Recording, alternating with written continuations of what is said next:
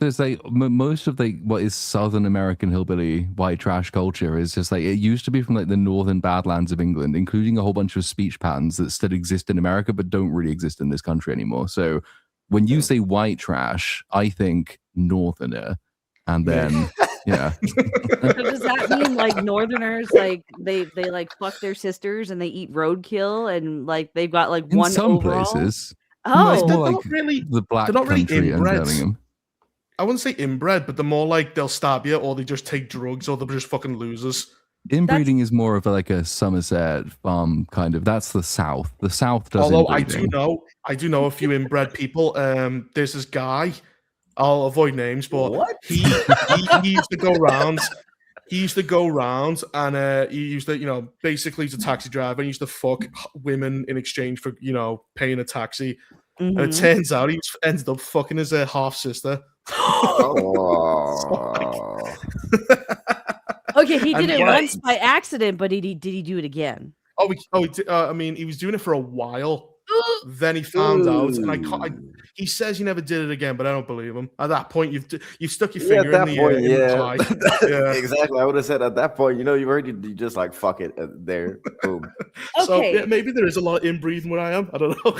So then my follow-up question is because like white trash Americans just like they just eat like straight like processed food. They like put cheese whiz on bread. So the UK does that, brother. too? The UK eats as if there's still the Great Depression, my brother. Like, what do you expect? Like, bro. I had a can of Spam the other day, from the war, where you get it out, and it's literally like the old-fashioned one where you spin it round, like you don't even. It's like a 1930s can opener, and it's so tightly packed, you have to like smash it to get the fucking meat out, like that. It wasn't too bad, to be honest. But yeah, it is like eating like in a war zone. Like, dude, Vex, like they have Heinz beans, man. Everything is in a fucking can. Like, brother, it's as if they're rationing. It's as if they're ready for the next war. Don't be shitting on Heinz baked beans. They are good stuff. They are good. Yeah. They are good. They're fantastic. But still, I've seen some people just eat them straight out of a can. I was like, damn. Yeah, like we used to do it all the time when we were like, definitely like students do it still. It's just like instant noodles and baked beans. And then if you're feeling really like adventurous, you might put a pack of like roast bacon flavored crisps in a sandwich. Oh my god. That's quite cool, actually. The texture's nice. I used to dip a block of cheese into the beans and use like a spoon. What? Bite out. Like, when after you've been drunk after a night out, you're wrecked. And I just went, and I just smashed food into each other and I just ate it. Dude, that's when you have to go see the boss man with the kebab shop, okay? That's when you have to go see him. Well, problem is, our kebab shops have like children minced into it and stuff. That's what happened to that girl.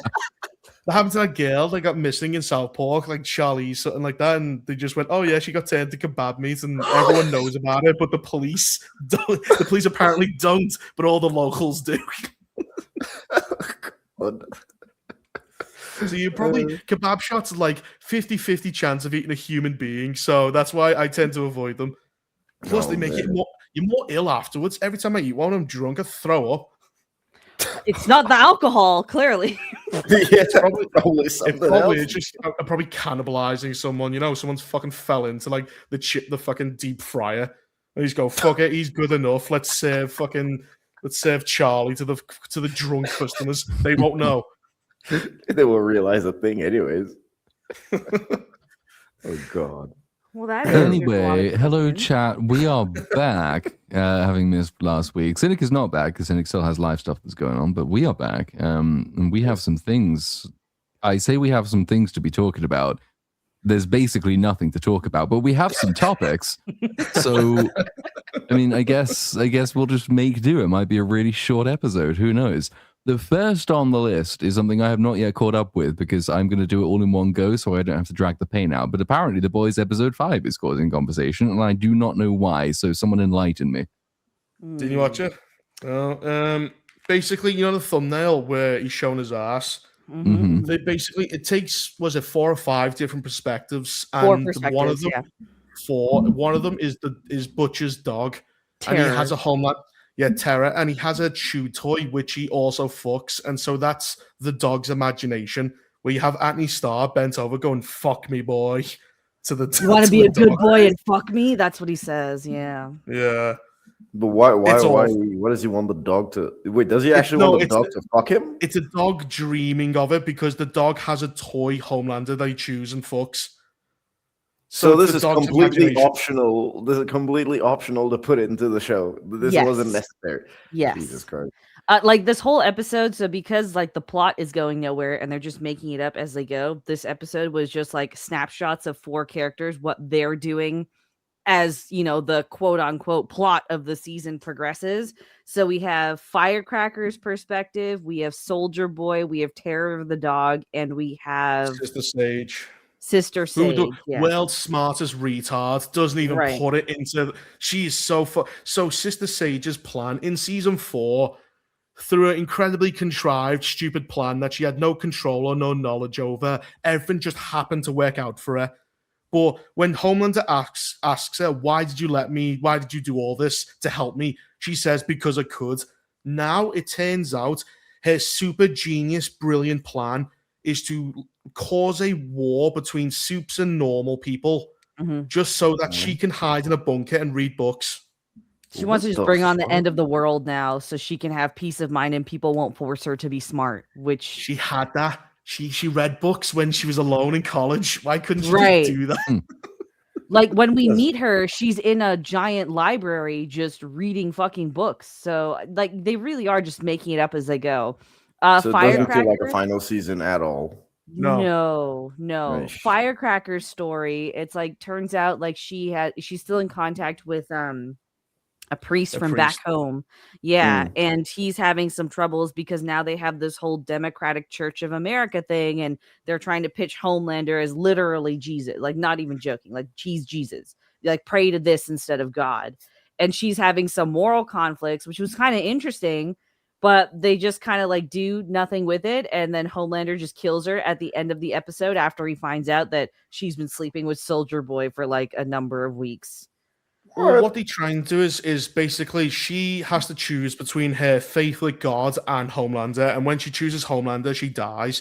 And Yeah. some people are going, "Wow, it's actually like a pro-Christian message." She throws a little statue of Jesus in the bin, and then afterwards, Homelander kills her.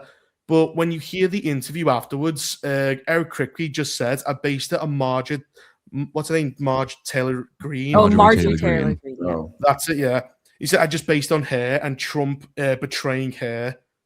And I went, "You What do the fuck realize?" is he on I mean, about? so, like, that's why it's not actually anything to do with religion. He's just basing it on some politician that Trump betrayed. I didn't know But the that. po- That's crazy.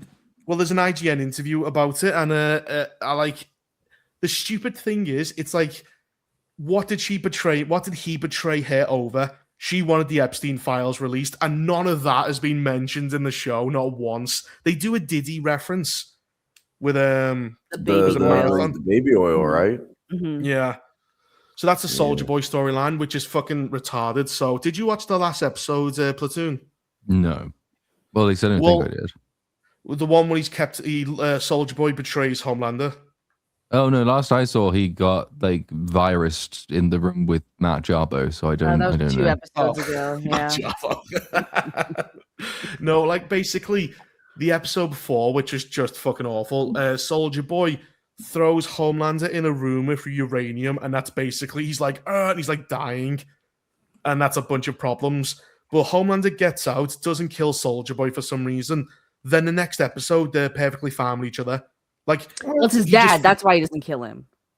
No, but like Soldier Boy's like does a 180 and goes, "You know what? I'm gonna help Homelander out now. I'm totally fine with him." His reason is like anyone who I'm gonna fuck my son. No one's gonna fuck my son. And he's like, I know that came out wrong. Ha ha ha. And that's it. Yeah, there's no explanation as to why that turnaround happens whatsoever. So all the supernatural cameos happened as well this Yeah, I episode. heard. And all There's they Seth did was Rogen, there's McLovin, there's a bunch of fucking. You watch them die. Nanjiani or whatever, the brown guy. Yeah. Mal Nanjiani, yeah. Yeah. It's basically an excuse to get them in the show, and then so basically, Soldier Boy and Homelander go searching for V1 in some superhero's house. This guy called Mr. Marathon. They make a Diddy reference because they see all like bottles of baby oil. Then they go out. Some guy just breathes gas in Homelander's face and knocks him out. I thought it was a ploy at first. Like he's seeing whether or not Soldier Boy is actually loyal, but he actually knocks Homelander out. It's that easy to take down Homelander. Some random fucking nobody farts in his face, and then that's it. He's out. He's out cold. He's always had a severe problem of like powers getting switched on and off. It's like you can't. I don't really know exactly. It makes no sense, and it doesn't really try to, which is one of the many reasons I've stopped watching. But it kind of tracks that he can be on the one hand all powerful god creature, and then on the other hand, suddenly he's just like the most beatable guy in the universe. He's so weak. It's even how dumb they've made Homelander as well throughout the season. It's like nowadays he's not even menacing anymore, because he used to be menacing because he knew that he was the best of the best. Like that was it. So no one was above him. He really thought of himself like that. But now it's just like there's nothing really making me want to watch his actions anymore, because they're just so stupid. Especially in the last season when he went to see the smart black chick, I forget her name. Sister Sage. Yeah, Sister Sage. And it's like, I don't know, man. The only reason why people really still like Homelander is because of Anthony Starr. That's really it. He brings He's legitimately carrying the whole show at this point. Because I don't know if people even watch it for Carl Urban anymore. A lot of people used to watch it for that, but nowadays it's just like you barely even hear about Butcher. Yeah, it's just Soldier Boy and Homelander. That's it. Jensen came in and stole the show. You barely hear people talk about Huey anymore. No one mentions Huey anymore. Because he's a little bitch now. That's why. Like his job is just to get raped occasionally. He's like he's not really a character. He got sexually assaulted and raped in one season. Yeah, it's true. Well, he's Starlight's boyfriend. That's it. The problem is Ryan has taken Huey's place because Butcher had a kind of relationship with Huey. Like he kind of helped humanize the character, but then Ryan's took over, and now Huey has nothing to do. And then plus Butcher's become all characters have been flanderized and turned into caricatures. Like all Butcher does is go fucking diabolical and does kind of like a smirk. But then now he just says cunt all the time. Just every time he opens his mouth, just cunt this, cunt that. Oi, oi, oi, oi, cunt, cunt, cunt. That's it. Soldier Boy does that as well. He just goes like, that reminds me of the time I fucked insert famous 1950s lady. Or and anal she had joke. a bush, or anal joke, or gay joke. Yeah. They all say the same thing. And like Homelander getting a god complex just randomly, he just goes, I am actually God. And like, what's the setup for it? He's just sitting there in some fucking theater, and then the light comes on him. He's like, oh, I'm a god now. You're like, what? They don't do any setup, and every season, every character loops back. So anytime a character makes any progression, it just resets for the next season. Yeah, it feels like a huge retcon that they've done with Homelander's character, especially with what we saw in season. I think it was the last season or the season before, about like when you see his origins of him going into the lab and torturing the people. It was like it feels like all of that has been retcon. It's like what? So weird. Well, every time he gets like empowering moments, like he goes, I don't need any of you anymore. Like in season 1, he kills Madeline Stillwell, and it's like, oh, nobody controls me anymore. Then in season 2, he's pathetic again. Then, as you said, he goes down and confronts the scientists and kills them, and has that kind of internal conflict resolved, only for it to go nowhere. And in season 5, he's pathetic again.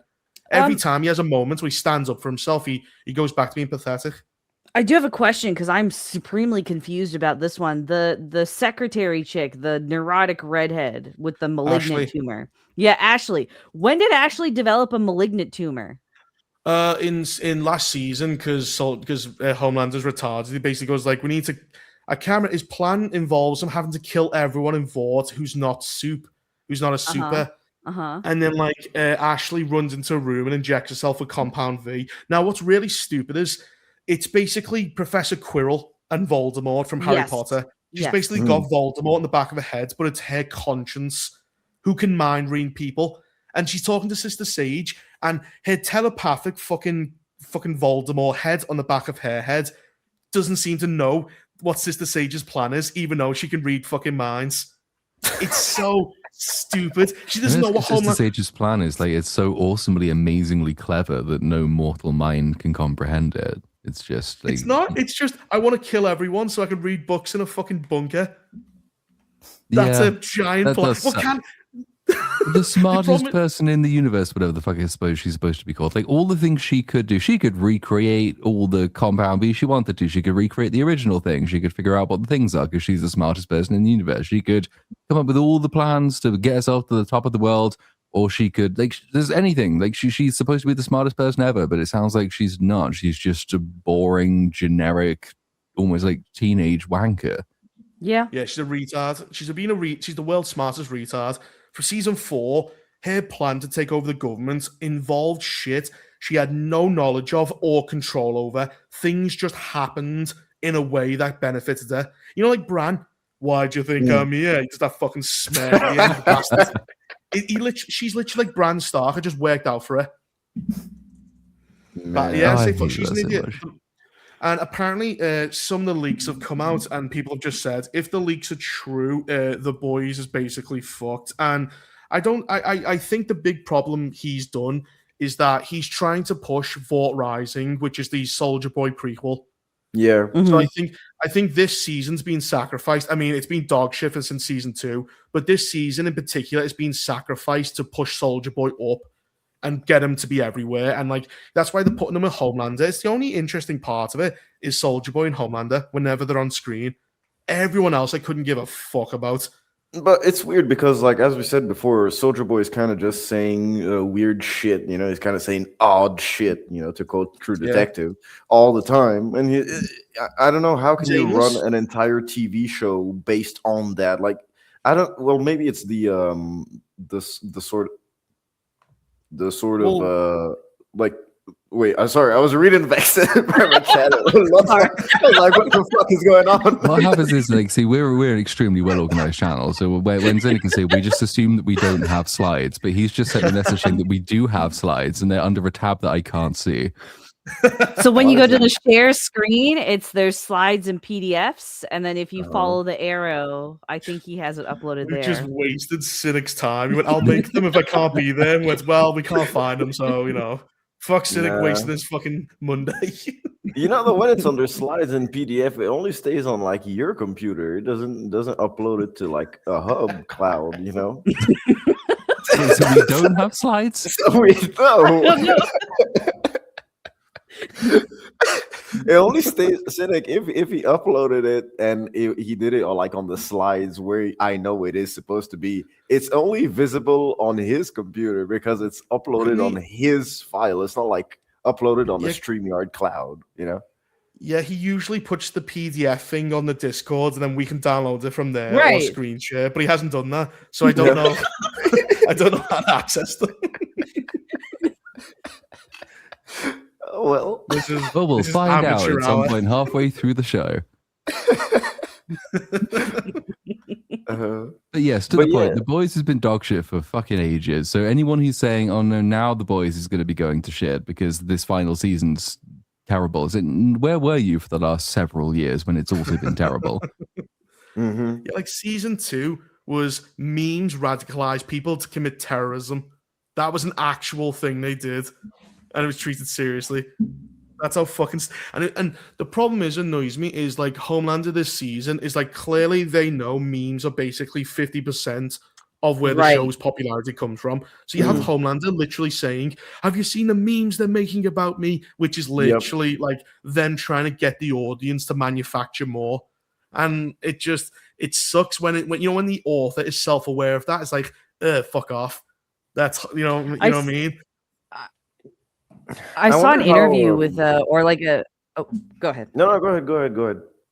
No, I just like on that note, like I saw like a snippet from an interview I think last week from Eric Kripke about like because they did the Homelander Jesus AI portrait or whatever. And Kripke didn't like that because Trump ended up doing it in real life. So now he's like, oh, well, now the show just seems, like it has no substance and it's all just based on real world stuff. And that's not what I meant. But you're telling me that is exactly what he meant in another interview he did with IGN. So. There's so much. Have you heard about Frenchie? Because we said before, we know all this. Like he completely avoids a certain country. We won't get too into it. But do you know what Frenchie... Do you know, because French used to be an IDF soldier, I actually have the now deleted Hebrew article where he admits he kidnapped girls and took them to a black site with 8 other identical girls, and they close the door in his face. So he kidnaps a girl from a family from the West Bank, delivers her to the Shin Bet, which is the Israeli FBI. There's a bunch more girls in there, and then he doesn't know what happened to them. What the That's fuck? Well, something. it sounds like a much more interesting plot than anything we're going to get from the boys, sadly. But It's like you talk about fascism, and you have a guy. There's more stuff where he would rob people's foods, and like he denied a father and his sick daughter accessing the hospital. And I'm like, you cry about fascism. You have a guy who's literally like a crazy soldier in your who you casted. It's like how hypocritical can you be? But you don't give a shit. I'm gonna stick a huge allegedly in front of and behind everything. Yeah, that's what I was about to say. But we I've now got the have article, slides, I've got which is receipts. good. Wait, how does that work? Download. That's what-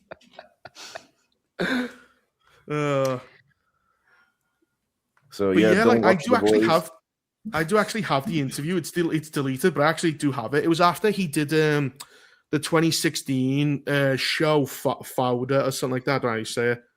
But like he did that, and then during it, he also talked about how he did like a ket party in like another country with a bunch of Russians, and then suddenly, Good even though they all took ketamine, which is a tranquilizer, one of their friends went out into the ocean and drowned. And I'm like, I don't know about you, ketamine doesn't really make you want to run around and swim.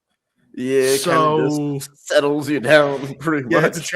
it's horse tranquilizer. So it's like that story's not. And then he went, I got a call home, and I instantly got back to Israel. I'm like, there's something about this that's not quite true. But I mean, in terms of the new TV show that they're going to do with Jensen Ackles, do you actually think it's going to be successful after more than a season? Do we know if it's contractually? They cancelled Gen V, didn't they? After like Yeah. had 2 seasons, and it's not going to get another one. That's what I was thinking. Yeah, That's I why I would was thinking. say- I don't know if they have enough audience to actually carry on, especially considering the way The Boys is going. Because even me, the mainstream people that I know that enjoyed The Boys from seasons 1 through 4, even them, they don't enjoy season 5. So it's like I don't know if you're gonna keep your audience. I think season 5 is I think it's the highest record-breaking viewership for the premiere. I mean, although Gen V had more than doubled season 1, it still got cancelled. So it's whether or not it can retain the audience. But we know is that people only care about characters, and Soldier Boy's going to be in it. Whereas Gen V was a bunch of nobody characters nobody cared about. I was the only person who Like watched if it. they completely fuck up this, because then like Stranger Things has got its Tales of 80, whatever the fuck, coming out, the animated show. But they did such a bad job with the final season. I'm genuinely interested to see if anybody shows up to watch it, given that they know where it's all going. If this season carries on like the way it sounds like it's going, and everybody sort of turns on it because it runs out of time, and all of the unresolved threads are either unresolved forever or they are answered terribly, I wonder how interested people will be in any subsequent show. I don't think they'll kill Soldier Boy off. So I think what they'll do is they'll keep him alive and then do a Vor prequel. And then I think he's trying to do like the Boys Mexico spin-off, which is just going to be about immigration, which What is the That got fuck? greenlit. Yep. that's going to be unbearable. But I don't know, because it's still live action. I think Stranger Things is animated, already loses an enormous amount of audience. Yeah, It's like- absolutely. Yep. Whereas you still have Jensen Ackles, and this season is literally being sacrificed to elevate him. Poorly So, elevate let's him because his go. dialogue is Yeah. fucking awful. I can't stand the way that they write Soldier Boy. Like the Yeah. dude's been asleep for like 40 fucking years. He's not going to be making 2026 anal jokes. You know what I mean? Like I don't care Yeah. how depraved of an homophobic. individual he is. He'd be Sorry? racist, he'd be homophobic. Like he'd be racist Right. and homophobic, and all he does is he kind of go because again, the Boys is so-called safe edgy, doesn't actually do anything that's really edgy. Like you have him do like a double take when 2 guys are kissing, and then that's it. That's as far as it goes. And 1950s, like he was probably born during he's before that. He was born during the Greatest Generation because he Right. did war. So Right. you're talking a guy in the 1930s being fine with diversity, homosexuality, feminism.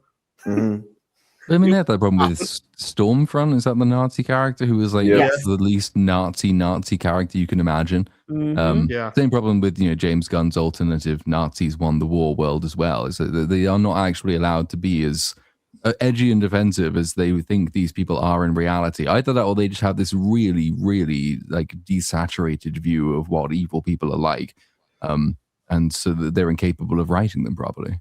Mhm. Well, do you think it's on purpose? Because I used to always think this is like a weird Schrodinger's problem, which is on one hand, they're incredibly weak. On the other hand, fascism's about to take over. And yeah, at I mean, first that's I always thought, the thing with fascists is like they are simultaneously all powerful and everywhere and weak and pathetic, and you have to laugh at them. But I They did thought when it that's was there's that actually- Unite the Right rally a few years ago that some Oh, yeah.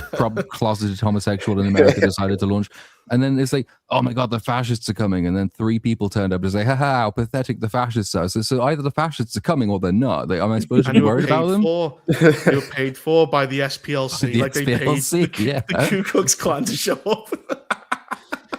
But I think that's actually, I used to think that was stupidity, but I'm actually thinking it might be like a better plan, because, you know, you can watch Adolescence and it's like all these boys are potential murderers, but they all kowtow to women. And I was thinking that doesn't make sense, but we're thinking logically. So Yeah. what this thing is, it's basically used, it's not to convince boys that they're going to be Andrew Tate. It's not about that. It's to convince women to abuse boys, like teachers, to go, all these kids are mini Hitlers. So, and plus they're scared of women. So you need to clamp down on them. I think that's what the propaganda Probably is true. Yeah, I mean, there was the thing that I know the New Statesman did that article quite recently. But like, think of like all the headlines about like males being radicalized that we've had over the last decade, and then someone comes along and just looks at the data and say, "Oh no, actually, men haven't changed at all, and women have just gone insane." And like they've gone insane in a specifically misandrist way as well. It's like a lot of it is just like they sort of egg themselves on to hate male characters, male real people, because that's almost the virtuous thing to do, and it satisfies them when they're unhappy in life that they can make everybody else unhappy in life as well. Yeah, because you can't, if you had actual Nazis, it's like, oh shit, run. That's what would happen. Whereas they need to put in the fantasy that you can beat them. Like a lot of the feminist stuff is like you could, like Atomic Blondes, you can beat a bunch of 6'5" giant Russians. You couldn't, but it's to make women think they can. So when they finally slap a man, it's like, oh no, he slaps back and takes her out of her fucking shoes. Like, is that why more female teachers are fucking children? Well, they tried to take on the men, but the men were too strong, so they started punching below the belt, if you know what I mean. What's that South Park joke? Where were all these sexed up teachers when I was a kid? And he goes, is it a man? No, it's a woman. Is she ugly? No. He goes, what? So an attractive woman sleeping with a young boy? Nice. And everyone just does that.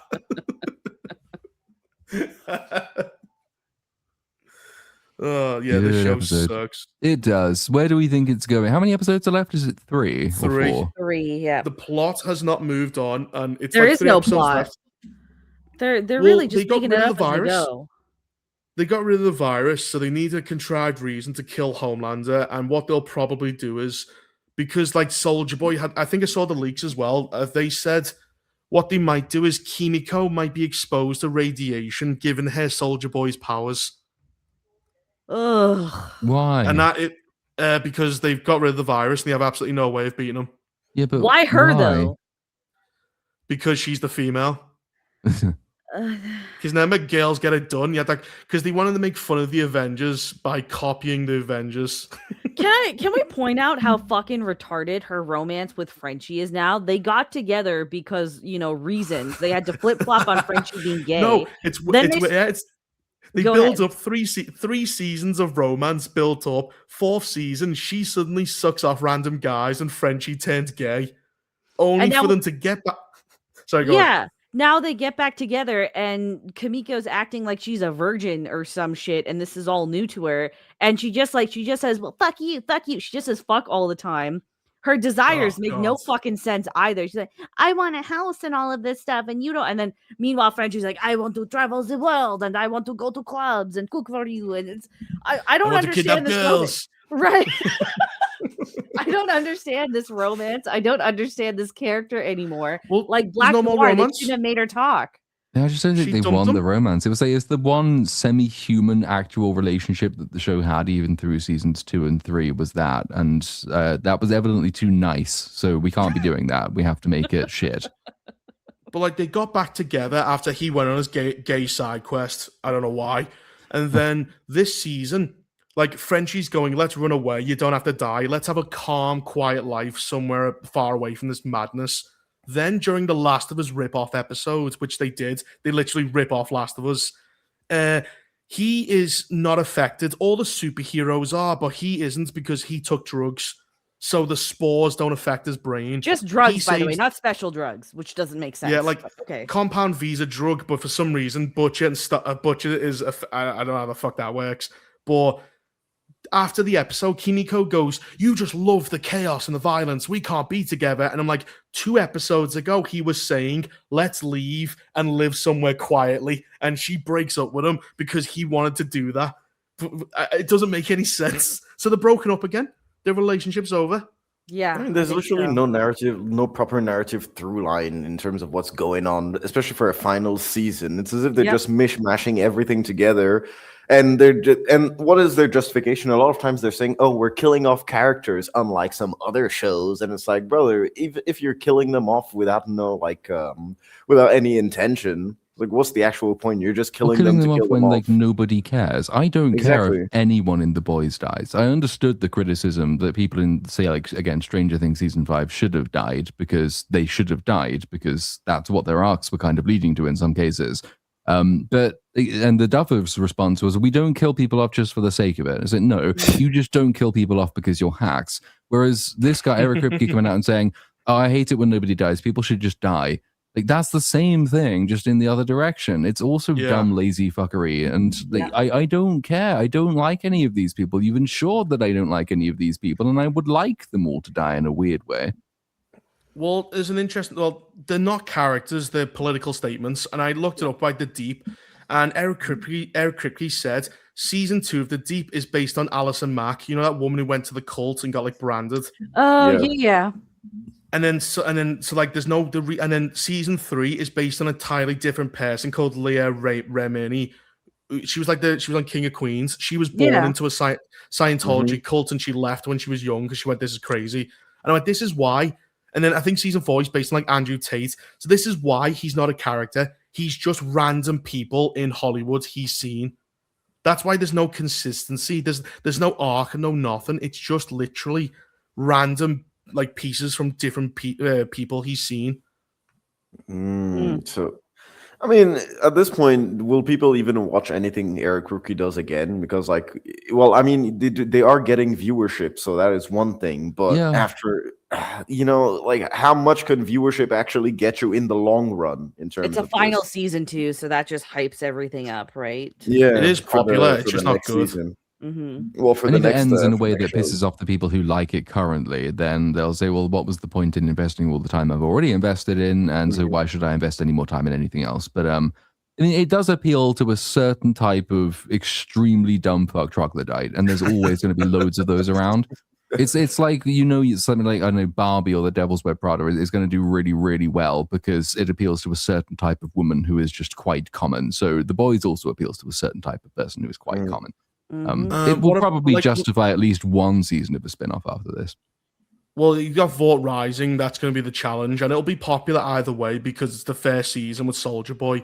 But look at Game of Thrones. Look how badly that ended, and House of the Dragons managed to make a comeback. So it did. Like, I mean, it did take a little while, I think, for people to click on to it. It was a surprise that House of the Dragon A was as good as it was, and therefore B became as popular as it was. But I think if season 8 had ended differently, then there wouldn't have ever been any question about its success, and it probably would have done way better out of the gate as opposed to like building its popularity over time. House of the Dragon also had kind of like the bad PR, which is the whole... You had the Game of Thrones, obviously, but you also had the Black Valerians, which threw a lot of people off. It's like, well... But that's another thing. That was extra negativity thrown its way, and it's still... I think that one managed to do it by being good. Yeah. But as you said, this appeals to retards, and if retards like it, so it doesn't matter about quality... They'll just eat Vought Rising. They'll eat The Boys Mexico. They'll just eat any shit that confirms their worldview. So I can see that. Just to the question that was on the screen about Supernatural, the first 5 seasons are all Kripke, and then they wanted to keep it going because it was a very lucrative cash cow for CW, and he left as showrunner. Though I think he came back in some of the final seasons. Possibly, actually. Yeah, I can't Maybe. remember. Yeah, but yeah, first Well, 5 seasons isn't- definitely Kripke. Isn't there a Supernatural they're talking about, like a film or sort of special or something like that? They tried to revamp it. It didn't work. They tried to do a spin-off with the parents. It didn't work. They had an animated series actually for a very short time while the main series was kind of at its peak. But yeah, they've been actively trying to revamp that IP because again, it's still very lucrative 20 years later. Yeah, they had a Scooby-Doo I just- crossover, which was cool. I thought they were going to use, because they basically waste Soldier Boy's entire like fucking storyline to do a Supernatural kind of reunion. The reunion wasn't mean, even good. Like, you know how we've was already shit. seen like 4 people run through people really quickly and then explode? They just decide to do that with 7 people in a row because Mr. Marathon used to be A-Train in the 7. Yeah. So they just like, so Soldier Boy, as he's going through this mansion, he just starts placing people. And because Mr. Marathon is apparently a fucking retard, he doesn't foresee this and runs straight through and explodes 7 people, one of which is also Seth Rogen, which was kind of nice to see. But the problem is they kind of fuck it up. So you know when A-Train runs through Robin in season 1, Mhm. what they do is in season 5 they show us how he perceives his super speed. So he's running normally, everything just slows down. So how the fuck did he run into Robin?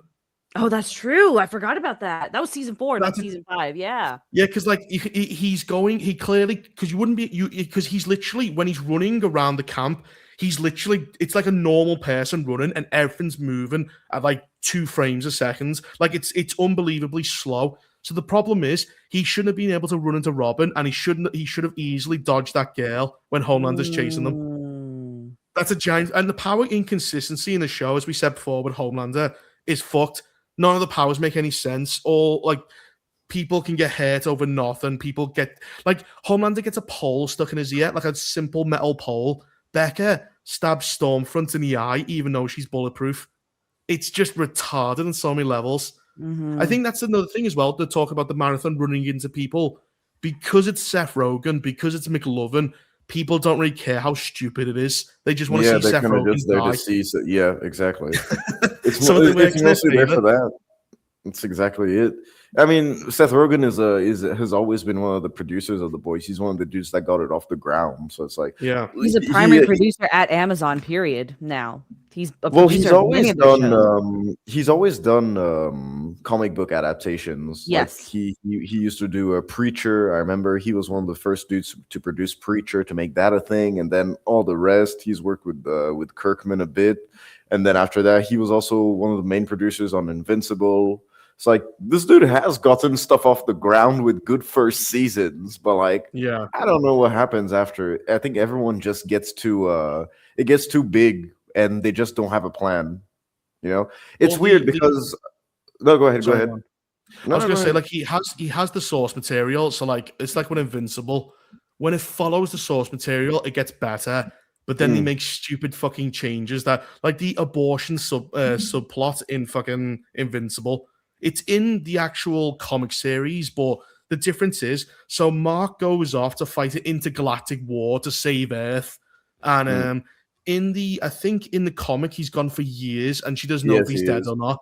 So the abortion, still bad, makes a little bit more sense. In the new one, he's going to war. She gets pregnant before he goes. Doesn't tell him. He's gone for a few months and she aborts it, and then she gets fat. So it's like, I don't understand there's how no she got point. fat when she can change her anatomy and stuff like that. She's Adam She Eve. wasn't pregnant either. She aborted it. So why did she get fat? And as you said, she can get thin. And she's like, I don't know if I can raise a child by myself. When you can literally create gold, you can create anything. You can materialize anything. The craziest part is that when she becomes fat, that's when she starts. That's when she starts getting Mark cucked by a black dude. So she gets thick and automatically goes with a black dude who dresses up as Invincible. It's like, what are you trying to tell us, man? Just Seriously. to confirm, I don't care about Invincible. So just to agree with you it's there, Chad. bad. No clue whatsoever. I know some people have pointed out on the A-Train question, it's because he's high on Compound B. I can believe that, I suppose, because I didn't think Compound V slowed down his reactions enough to run into someone. I think the broader problem is that once you show a character who is a speedster who runs into someone and doesn't avoid them, and then later on in a subsequent season you show how the world looks from their perspective, which you haven't yet done, and it does then pose questions if the rest of their world goes super slow, because then it's like, well, then why didn't you react? And like, I don't think Compound B, as far as I can remember, it doesn't make you. He doesn't like, take in season slow 5. it. Well, it's roided, basically. It just makes him faster. But you can maybe say, but the thing is, though, it's in season 5 when he breaks into the camp, he's running and everything. You know, Quicksilver from the X-Men series. It's literally that. So the problem is when Homelander's chasing him, he somehow looks back and then doesn't see this woman coming, and he sees her, then moves out of the way, but he trips like, oh no, I'm going too fast. When we see him running normal speed, it's just the world that slowed down. It doesn't work. It simply doesn't work. Once you've established Quicksilver is how super speed works, it fails. He can't run into things by accident because everything is going too slow. Yep. His perception's too quick. You'd see it coming from a fucking mile away. Anyway, some people in chat are annoyed that we've been looking at Homelander's ass for about 40 minutes at this point, so that might be a good enough time to move on to something else that may or may not be us. I assume this looks like Resident Evil. Yes, I think that's what this is. Trailer has released, obviously. Apparently, there's a leaked script as well, which I have not seen. Oh, really? I have seen the trailer. I think Jay Longbow went through the leaked script and does not rate it particularly highly. But what are our thoughts on trailer overall? I know Krager said like he's not. Did he say he's not adapting any game specifically? And that was sort of the vibe you get from the trailer as well. It's like this doesn't really look like anything that anyone has seen in Resident Evil. Well, it contradicts the game immediately. Like he says, it's set during Resident Evil 2. Yeah. But on the opposite side, the Raccoon City. But the problem is, it's snowing when Raccoon City is in September and it's not snowing. Like he gets basic things wrong. 21st of September too. It's like, I don't know. It's weird. Yeah, like he gets basic thing wrong. Like in this, they're called the RCPD. When in the game, they're called the RPD. Like it's like he hasn't even tried to do any research. And he said this is less about zombies and more about like monsters, like bio monsters.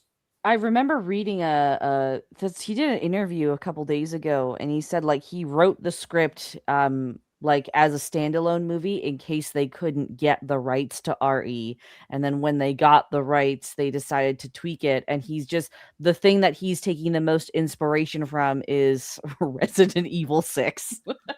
What? The worst Resident Evil game. Oh my god! Is it worse than Requiem? Oh yes. It's pretty bad. RE6 literally killed the franchise, man. RE6 literally killed the franchise, dude. For years. For years they killed it. And they had to completely go back to horror to revive the franchise with RE7. It's like they completely changed everything because RE6 was so bad.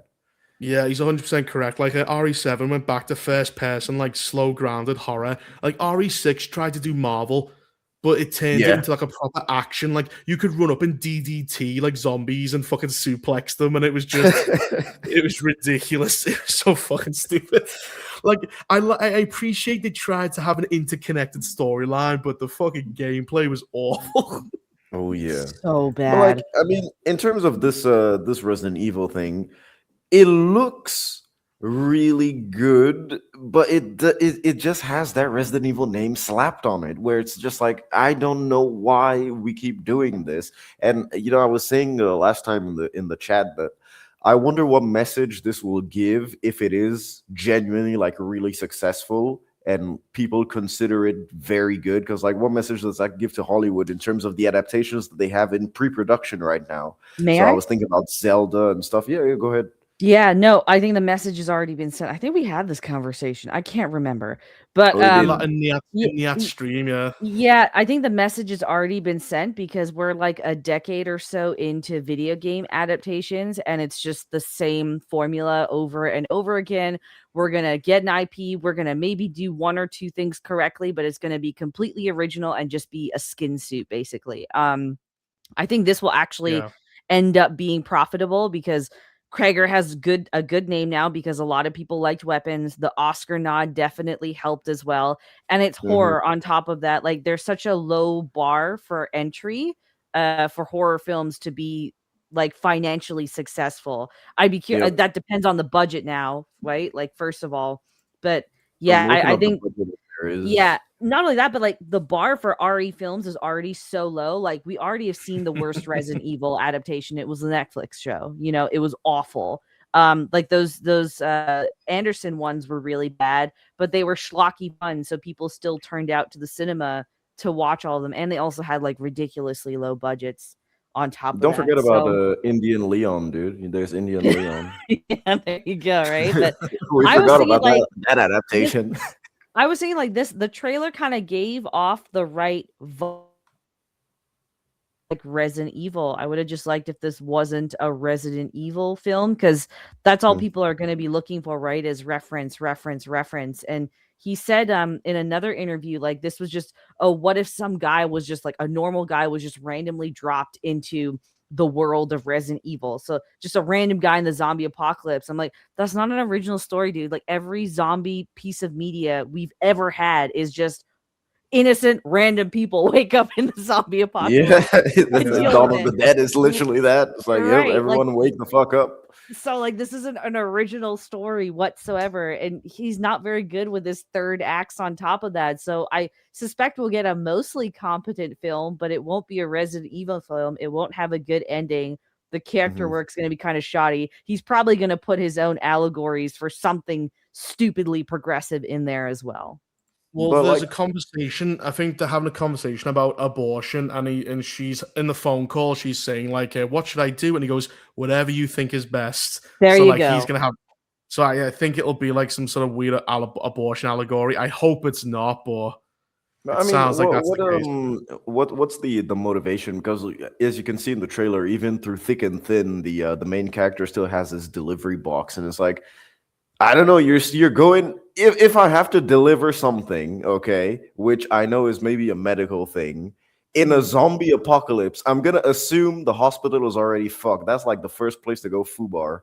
So why am I completing this mission? I think it's an interesting question, but it seems dumb from the get go. It's weird unless it's really really justified, because if he keeps the box and that's his end goal, it's like, all right, this could be interesting, but like, I don't know, man. How interesting can it really be? Or will it just delve into proper survival horror with him ditching it? But it just doesn't seem that way because throughout the trailer, he keeps it with him all at all times. You know, it's a weird thing. Well, he said he's basing the main character on gamers, so that'll probably be a big insult because he'd be Gamers like, don't run. Yeah, you got like fucking Matt Jarbo in a fucking fat scooter trying to go doing it. He has to jump over like a horde of zombies on his fatty go-go scooter. But you can't do it, Matt. But I mean, it looks good to me. The trailer looked good. It's so well. The trailer did what a trailer needs to do. It needs to sell me on the movie, makes me want to watch it. For now, it does make me want to watch it. But as we all said before, it is just the Resident Evil name that's being slapped on it to be used on something else. But I don't even understand why, because Krager has the like he has the hold the Hollywood needs to just have him do his own thing. But I think maybe it's the budget, because I looked it up and the budget on this is 80 mil, which is quite a lot for a Krager movie, isn't it? Wasn't his past thing like half of that? Weapons, wasn't that about half? But as Vex said, like Weapons is what's put him on the map now. Like everyone wants to, like, he's now a cash cow going forward. And until he makes a massive blunder, which I don't think this will be. I think this will make money because the Resident Evil brand is what's going to bring people in. And also, like, the Weapons Academy thing, as Vex said. But I mean, I don't really think it's the Resident Evil name that's going to bring a lot of people to this movie. I genuinely just think that it's a zombie movie and people like watching horror movies of the sim. I really think that that's just going to be the case. yeah, I don't think that the Resident Agreed. Evil name does anything at all, except for it. There is a chunk of people that will go because it's Resident Evil, but I don't think that that's going to be the main. yeah, it's like lube. It's not the dick, it's the lube. It'll help it guide it in. Just adds a little bit more grease on the wheels, makes it go a bit longer. The weird thing is like, because I've had a couple people disagree with me on this, but like Resident Evil is totally a franchise where you could tell other stories in the universe and still have it work. I'm just confused why he's choosing to like very deliberately go completely well, actually no, I've answered my own question. He's a retard, and also he wrote this script before he got the rights to Resident Evil. So well, yeah, because people try and defend it, going, you can't tell other stories or other characters. Goes, no, this isn't what that is. Because if you did that, you would, because we already have like other stories. Like, doesn't Resident Evil 2 have like, what is his name, Hunk, the military guy? You have Hunk, yeah. Yeah, like the problem is that you're changing the game to fit your story, not the other way around. You're trying to. That's what a skin suit is. You're co-opting a title and trying to use its world to push your story. You're not trying to. If you're expanding the world out, you'd want to make sure that the story you create in your movie is one that can believably exist in the same world as the games and the stories that have already happened. If you tell a story at the beginning of that, basically you can't be in Raccoon City, which I guess is difficult for studios because they like the name. But like, unless there's a way of tying the events in this movie into the parallel events that you're familiar with from the games, then this is replacing that story as opposed to adding to it. Yeah, and I think this is interesting because when you are adapting it, you're gonna use characters that people are familiar with, and so maybe to them, or maybe they don't think that they can nail down the way that the character should be in live action in comparison to the game, and so for them, it's easier to just take someone that you don't know and just do what you want with them instead of actually it is laziness and incompetence at the end of the day. I mean, I bet you that they're gonna have like a Leon cameo in this. He's just gonna see some rookie dressed as Leon and be like, hey kid, or that would be the extremely lame thing to do. I think Kreger has said, this might be apocryphal, but I think he said that he's not telling the Leon story because the games have already told Leon's story, and if you want to see Leon's story, then you play the games for that, and that's his reason for not including him. Yep. That's just a cop-out. He just doesn't want to do it. He just wants to take the fucking franchise for himself. Which, bastard. Arguably, that would be the more interesting thing, because if we circle back, like, we don't get a lot of zombie media of, like, people that are actually, like, know how to survive in a zombie apocalypse and have dealt 100%. With it. So that would be the far more interesting story, but that, like, requires actual effort in writing your script, because then you need to think about how that character would really think and truly act and all of that stuff. So, man, I do think that this is going to make money, though. If it is an entertaining, if it's actually like a proper, fast-paced, entertaining movie that they're saying it is, based off the what is it, the test screenings, the people are saying that it's always good. It's nonstop action. If it really is just a high-octane zombie movie, it's going to make a shit ton of money.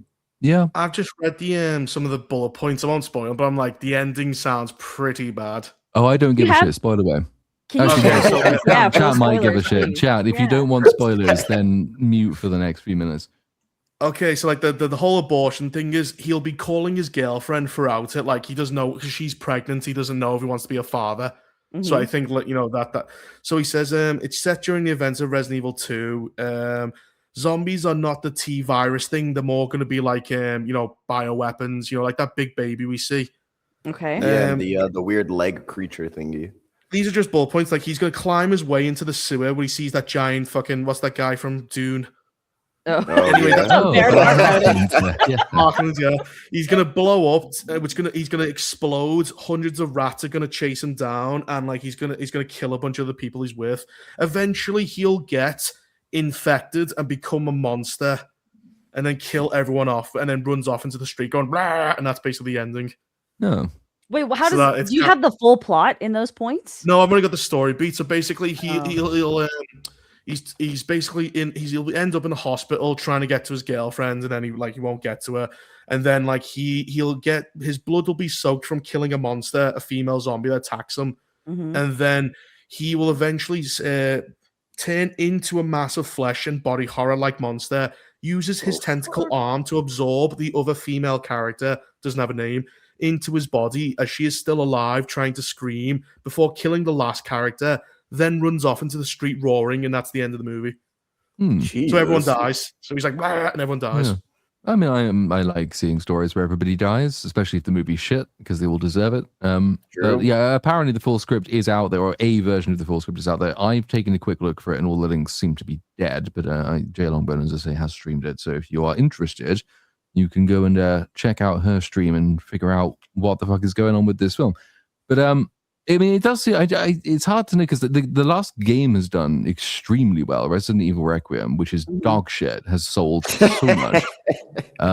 So there's clearly like pent up demand for it. It's just whether or not that demand transfers over to movies, given that the Resident Evil movies have not historically been good. They've been fun, but not good. So it'll be interesting to see. I think it'll transfer over fine because like we're in this app with RE7. There's like a new breed of Resident Evil fan that hasn't really gone back and played the first 6 games at all. Yeah. So like those are the kind of people that are going to see this and then they're going to want to go to the theater. But on top of that, like horror is kind of like an exception to so many rules in Hollywood. Like there's so high of a turnover with audiences that audiences will just keep coming. There's always a new yeah. Right, except if you're stuck in, yeah. So like it's regardless of whether you're into Resident Evil now or Resident Evil 20 years ago, or you're into horror now or we're into horror 5-10 years ago, this is gonna make money either way. It's just it's part of a genre that literally doesn't financially fail at all. Yep. Unless you're Shelby Oaks. Yep. Unless you're Shelby Oaks, yes. Chris needs to know, man. He was a failure. Yeah, it's such an achievement, isn't it? It's like, well done, Chris. You made the only horror movie ever not to make money. Congratulations. How much did it make? Wasn't it like 2 million budget? And it was like, I think it was 6 million. 4. I want to say it was 4 million in the end. I think the last time I checked it, it made like 4, but then the reported budget was 2, and I think that was before he was given extra to finish it. So I mean, it may have broken even, but it did not make money. I don't think. Oh, it says it made 8.1 million total worldwide. No, and it was 2.8 million production. So if it made money, it made like 1 million. If that, which you have to split with the theaters, which you then have to like divvy up. But it did not make any money. And that was with half the funding coming from his own fans as well. So the studio didn't even put all the money behind it. So that's another thing they have to consider, which is like, okay, but we would have had to spend double the money to make this. So we would have made even less. Oof, that's. I think the worst thing is you can say about it is like it's so forgettable and boring. Like like if you didn't hear about it, you'd never knew it existed.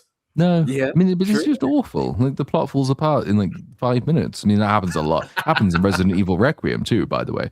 But it's for some reason that's amazing and Shelby Oaks isn't, even though it has the same fucking jump scares in it too. I really hate that game. So I'm slightly soured on Resident Evil as a concept at the moment.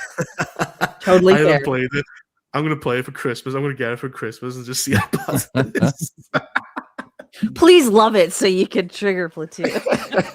I'm gonna come in like the #1 fanboy, going, actually, you're wrong about that. Yeah, Grace Ashcroft is an amazing character, and she's not at all an annoying, brainless fuck weasel. She doesn't call anyone because she can't remember the phone number. Okay. Still a better explanation than the one we got. What was the explanation? None. Oh, I can easily defend that game. Oh, what a piece of shit. Yeah, it was. When is the Resident Evil movie releasing? Do we know yet? Is it September? Was it this year? August? Yep. No, September this year. God, September 18th. Yep. September 18th. Alongside the Avengers Endgame re-release with extra content to tie it into Doomsday. Again? Yeah, How many times they re-released that? It's like the 3rd or 4th time now. Yeah, but this time it's important. There's new content this time, so you have to watch it in theater again. Yep. I don't want to see PS2 Hulk fail to wrestle. I don't know what the other thing is he's attacking, but at least the Avatar films, the CGI's done. Jesus. Yeah. True that, but I suppose we can move on to something that I'm sure we all have a huge amount to say about because it's right up our street and is definitely the sort of film we always cover. Devil Wears Prada 2. Apparently this is released and has made money. I don't fucking know. Is it It has- good? No, you it's seen it? horrible. Yes, I watched it. Oh, cool. I liked the first movie. First movie's genuinely good movie. I just finished the book actually yesterday. That is the worst book I have ever read. Like top 5 worst books I've ever read. It's just Yikes. straight. It's pro, like it's uber feminist and also uber Jewish propaganda. I'm not even remotely joking, like at all. Do not read that book. I don't wish it on my greatest enemy. Basically, okay, real quick. First movie, Andy, which is Anne Hathaway's character. She's fresh out of college. She's new in New York. She has dreams of being a journalist. She lands a job as Miranda Priestley, which is Meryl Streep's character, who is a play on Anna at this runway magazine, which is basically Vogue. And she's her assistant. And based over the course of the film, she has to kind of reckon with what her values, what her goals are, what's morally right to her, and what her new job is kind of transforming her into. Because she's like kind of a ditzy, just normal girl. She's not super pretty. She's not a fashionista. They call her fat because she's a size 6, you know. Sequel now, it's 20 years later. Andy is now an accomplished journalist, and she's accepting an award at a ceremony thing.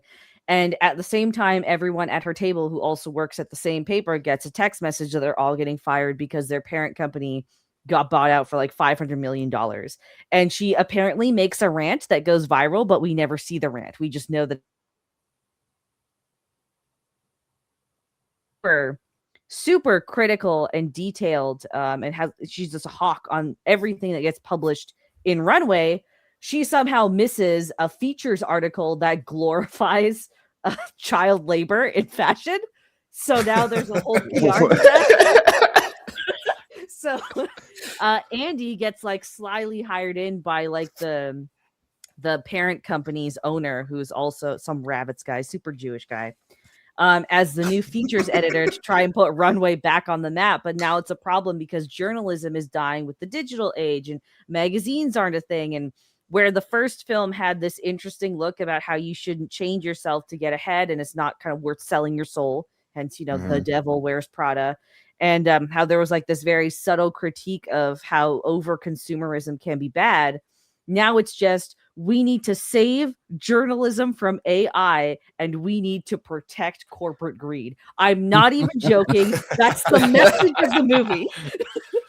So it's the first film was about like selling your soul to Satan. The second film is saving Satan. Pretty much, yeah. But like the worst part is like Miranda was actually like a pretty good antagonist in the first film, and now she's just kind of like a dog with its tail between her legs.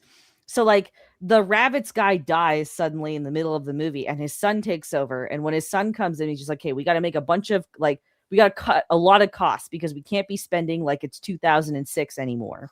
And so like Andy's just saying, just like, why is she just sitting back and taking all of this? She says that like multiple times throughout the film, and then they have to go for this fashion show in Italy. And so one of the cost cutting things was like, now for like events or whatever, everyone, including higher ups, has to fly coach. You can't pay for business class anymore. We just can't afford it. So they're also they cut to them sitting in coach. And Miranda looks like lost because she's never flown coach. And Andy's just sitting there in the next aisle like, why is she letting them let her fly coach? It's like, girl, beginning of the movie, not even joking, beginning of the movie, she goes on this spiel about how the guy that owned the paper she worked at took home an $11 million salary, but 100 people that got fired are going to be struggling for jobs. And then here you are defending that exact same kind of person not being able to spend money to fly business class to a fashion show. It undoes all the arcs. It's like all the characters are stuck as the naive ones they were 20 years ago in the first movie. It's genuinely just awful. Don't even watch it. The fashion also fucking sucks. Like, listen, this is gonna sound kind of gay, okay? But at least the fashion in the first movie, when you saw the characters wearing specific things, like it kind of mimicked what they were doing in real life. So when you see Andy go from the frumpy sweaters and weird block shoes to finally dressing like a fashionista, it helped usher in the changes and transformations her character was going through. But now they're all just wearing those suits, like the female suits. literally everything, the dresses, suits, the office, suits, casually drinking, suits. And just like, bro, where is... And it sucks. Yeah, so just don't watch this. Don't read the book. If you haven't seen the first movie is genuinely good. Like, yes, there's a fashion stuff in it, but there's actual characters, there's actual stakes, there's a good message in there, there's nice commentary in there. This is just capitalizing off of an IP brand, and it's working. There's something weird about like feminists going. Like, I watched Sex and the City when I was a kid, not on purpose. It was the only way I couldn't go to bed. So, like, my mum... I watched it like that too, dude. Well, yeah, because my mum was going, "You going to bed?" So I went, no, let's watch Sex and the City. Is the only way I could stay up for an extra hour. And I watched a lot of feminist shit when I was young, and like fucking when I was like 4, I saw trannies going, "You best take that dick out of my ass," and I'll shit all over it. I was like, "What does that mean?" She went, "Don't worry about it." So and like, it's very interesting. Sorry, like the point is they brought it back, and like, because at the end of Sex and the City, it was like, it's fun being whores, but we got to settle down. That was the message. Right. When they brought it back as we're 50 years old, and we're gonna be whores again, and it's just sad watching it because it's just awful. This is awful. It's a bunch of old Karens trying to be 20 again, and they can't be. That's kind of what's like. Andy still doesn't have a boyfriend at like 45 now, so like they just introduced this random like beta who she bought her apartment from to be a romantic interest, and there's nothing. Miranda's children don't show up. Like, Emily apparently has children, but she's divorced now. Like, yeah, the book was written in that Sex in the City era, and when you read the book, you see a lot of it bleed through. There's also like a lot of like strange pro pedophile stances in there. Anyways, off topic. Answering Anna's question. I can name all the Sex and City girls: Charlotte, Miranda, Samantha, and Carrie. Mr. Big is who she ends up with. That's Carrie's one, but she also cheats on Aiden with him. I watched all of it. I know all of them. Charlotte's first husband had an erectile dysfunction problem, all right, but it wasn't physical, and she knew this because she tied a noose around his penis when he was asleep. And he got a boner in the night, which means it was a psychological problem. I know this. That's how much I watched it. I know back to front Sex in the City. Are you sure you're straight, Reaper? I watched Handmaiden's Tale as well, but that was very interesting because that was such an interesting psychology and how fucking insane women are. I actually started liking it for that. You know, like She-Hulk. She-Hulk's awful, but it's fun to watch to see how insane modern women have become. Yeah, All's Fair's like that as well. It's like a horror show or like a freak show. You hate the people in it, but at the same time, they are fascinating. You're like a psychiatrist on a mental ward. You're like, "Oh, he's eating his shit today. What does that mean?" And you're thinking, like that. These people are sick. The problem is they should be in a lunatic asylum, but they're in charge of millions of dollars, which is worrying.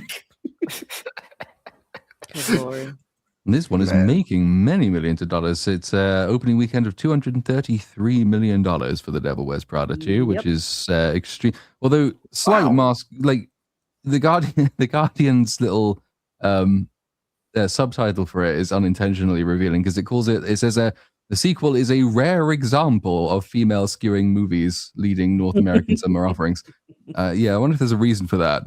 That maybe you're not going to cover in your article there, but it's doing extremely well. 76% of the audience is women, so naturally it's insane, and they like it a lot. They would definitely recommend it, according to most of the audience, even if the critics apparently do not like it all that much. Yeah, and on a $100 million budget, so it's already made that back and more. I wonder if we'll get a third one.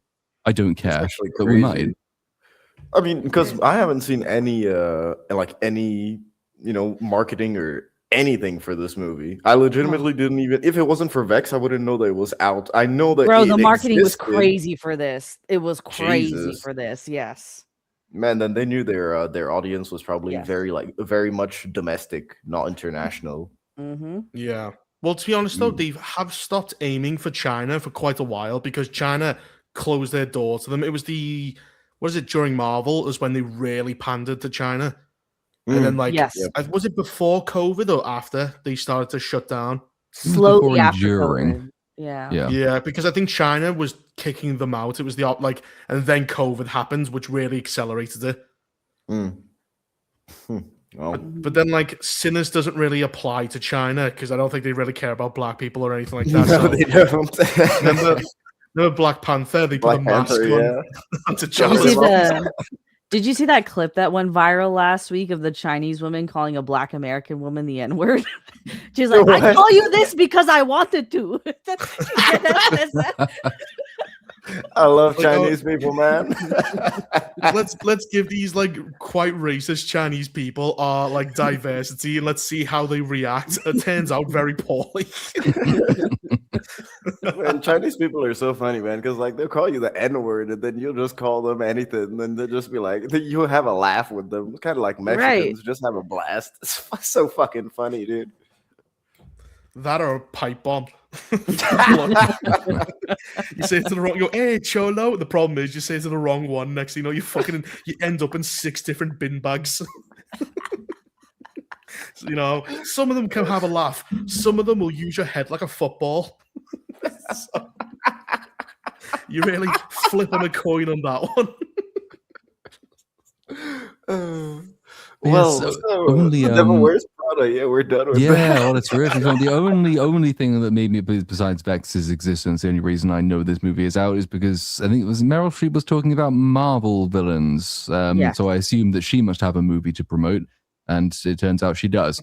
And it was something about how villains in Marvel, they're all so simple, and actually the best villains are complex, and they have, backstories and character motivations and all this wonderful stuff. And I suppose that's a good chance to lead us on to this twat here, who is a character allegedly, who is returning in Avengers Doomsday, and maybe or maybe not as a villain.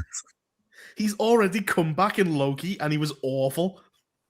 Well, it's because He's died how many times already? So many times. But then, so the version you get in Loki, this is the thing I think people always forget about Loki because the show makes no sense. But the version you get in Loki is the version at the end of Avengers. So he hasn't been on all the journey of redemption that actual Loki went on. And then they show him like a 5-minute video of his life that he didn't lead. And that turned him into the same version as the Loki that ended Endgame. So that's terrific. Then he goes through that show and eventually winds up in the middle of some giant tree which holds the multiverse together, I guess. He becomes God. He becomes he becomes the Yggdrasil from fucking Norse mythology. Jesus. What? Yeah, he grabs all the timelines and ties it to his fucking pubic hair, and now he's the god of time. Well, it's basically they all come out of him. All the hairs come out of him, so his bush, we could be living on one of his pubes right now, our timeline. I didn't watch Loki, so I didn't know. Oh, you are missing so much awful stuff. You don't even know about diverse female Loki, who's amazing and beats him up all the time, and how incredible she is. And I'm sure we'll be seeing her again. You didn't see Jonathan Majors fail to act for about the 15th time. No. Because we saw in Ant-Man 3 him do 5 different versions of himself, which were all terrible. And in this one, he tries to be Nikola Tesla or Thomas Edison? Yeah.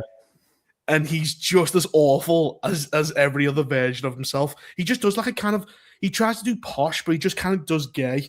He doesn't he just goes, Scotland. There was a very fine line between those two positions.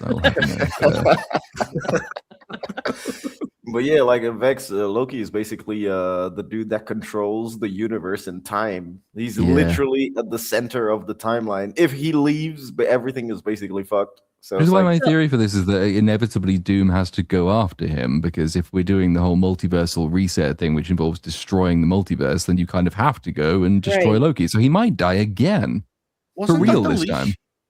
Wasn't the leak he kills Loki and steals his power?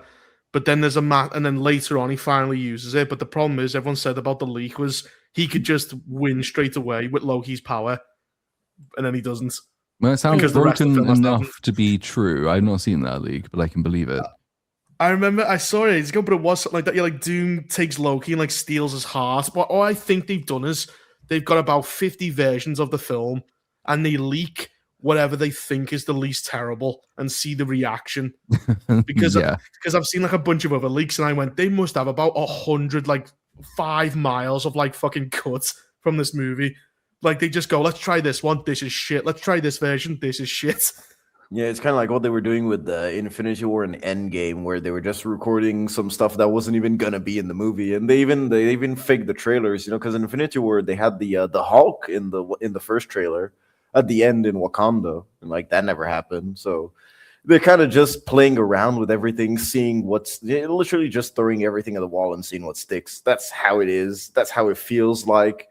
And they're really pulling the strings with the X-Men stuff, the multiverse stuff, but they can do a great reset, honestly, if they literally have the balls to do it. Just erase everything. And I think that's what they're going to do, since they're saying that everything follows directly after Endgame, Not which quite. they're re-releasing it, They'll be close. They'll keep bits of it, and that's the problem. Like, you'll get a Thor 5, even though we've reset everything. So, like, you'll Speaking have of, it. Speaking of, yeah, I mean, Yeah. so Mr. Brando would like to come back and direct another Thor movie along the lines of Logan, which it might just be him just jizzing into the wind, or he might actually have had conversations. Is that a new saying? I couldn't think of the actual phrase. So Pissing in the wind. Oh, that's the one. That was so. Jesus. In any Sounds like a case, Sounds he like an says he album. wants he wants to do another Thor movie. So maybe he knows that Thor's going to survive all of this, and maybe he's not. Maybe he is just hissing into the wind. Is what I meant to say.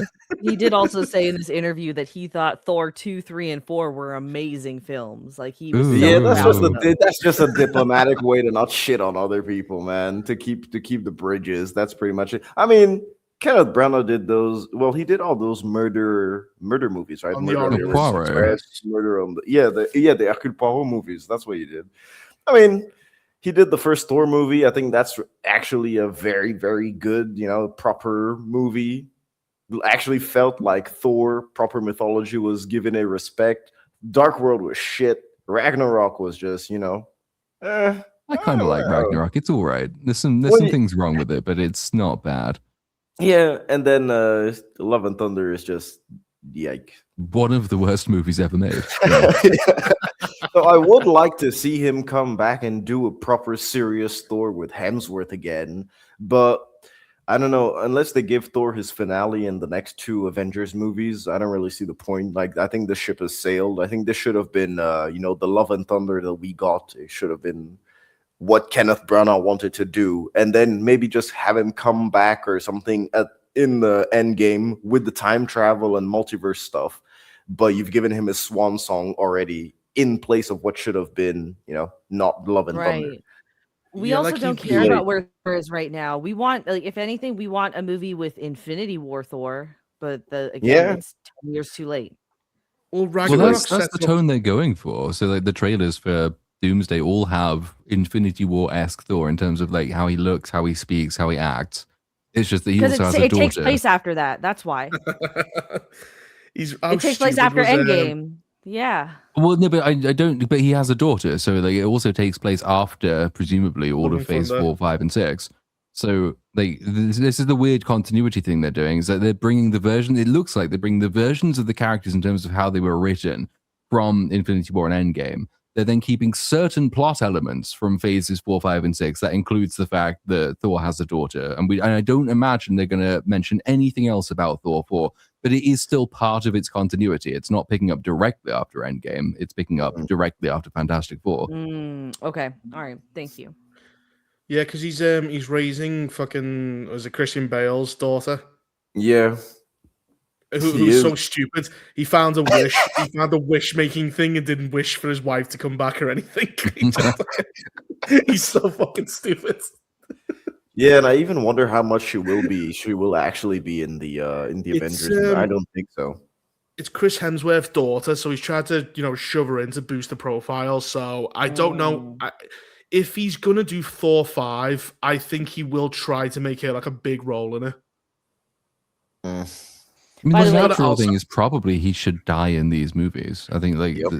unless they're Well, going to yeah. be really desperate and think, well, fuck it, we have nobody else to replace him, so we're actually going to try and keep Captain America and Thor around after this massive reset. Like, He's got a daughter. The obvious thing to do, he dies to save his daughter in one of these two next Avengers movies. They probably won't do that because then they won't be able to use him again, but that's what they should do. Well, it's how much can he get into shape? Like, I suppose he could do the Drax thing and then cover him up because, like, Batista can't get the muscles he used to be able to get because he's like 50 odd now. So they might just like pad him up. But what the problem is with his characters, like all the storylines are spent. Like Ragnarok set him up to be a king. Then in Endgame, he gave it away to that horrible lesbian fucking Black Valkyrie, whatever her name is. I can't remember the fucking. And then like he's on a revenge mission, and then he gets his revenge. So it's like he's got really nowhere else to go, unless he kind of goes back to Valkyrie and goes, "Can I get my kingdom back, please?" I mean, what else has he got to go for? Like he's got nothing else. You'll have to set everything up and then execute it in like a movie or two. And I don't trust him to do it. No. That is true, yeah. I guess we'll see because you never know. Marvel will it depends on how successful the next two Avengers. Well, it really depends on how successful Doomsday will be. Yeah. Because if Doomsday isn't a success, then I don't know. I think we're kind of gonna see the proper end of Marvel at least for a while. They're gonna shelve it for a while. Spider-Man's next, and that's gonna make a lot of money. So I think it'll limp on. I think they'll just be more selective.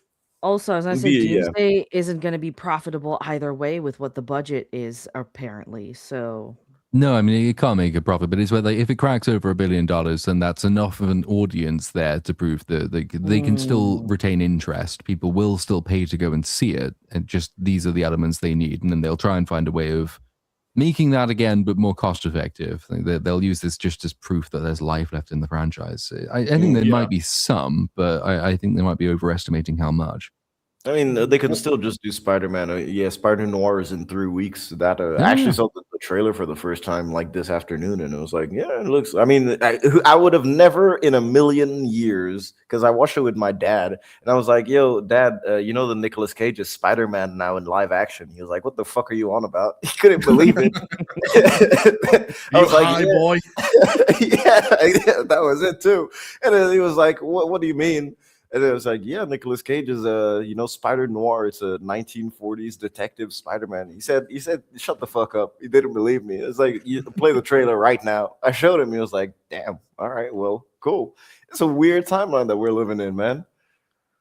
I forgot that came out this week. I would have put that in the list of topics. Marvel's official character power level says that Shang-Chi is right next to Sentry. Shang-Chi? But it says like if Sentry's level 28, Shang-Chi is 25. So Shang-Chi is basically right next to God. How can there be 25 people above Sentry, given that Sentry has all of the powers of everybody else plus depression? I don't know how this works. It just says Sentry level 28 and Shang-Chi's level 25. I don't know what constitutes level, but Shang-Chi's just the guy who punches people. And Sentry is literally, as you said, Sentry's a god, basically. So he's right below Sentry in terms of power levels. I don't know how that works.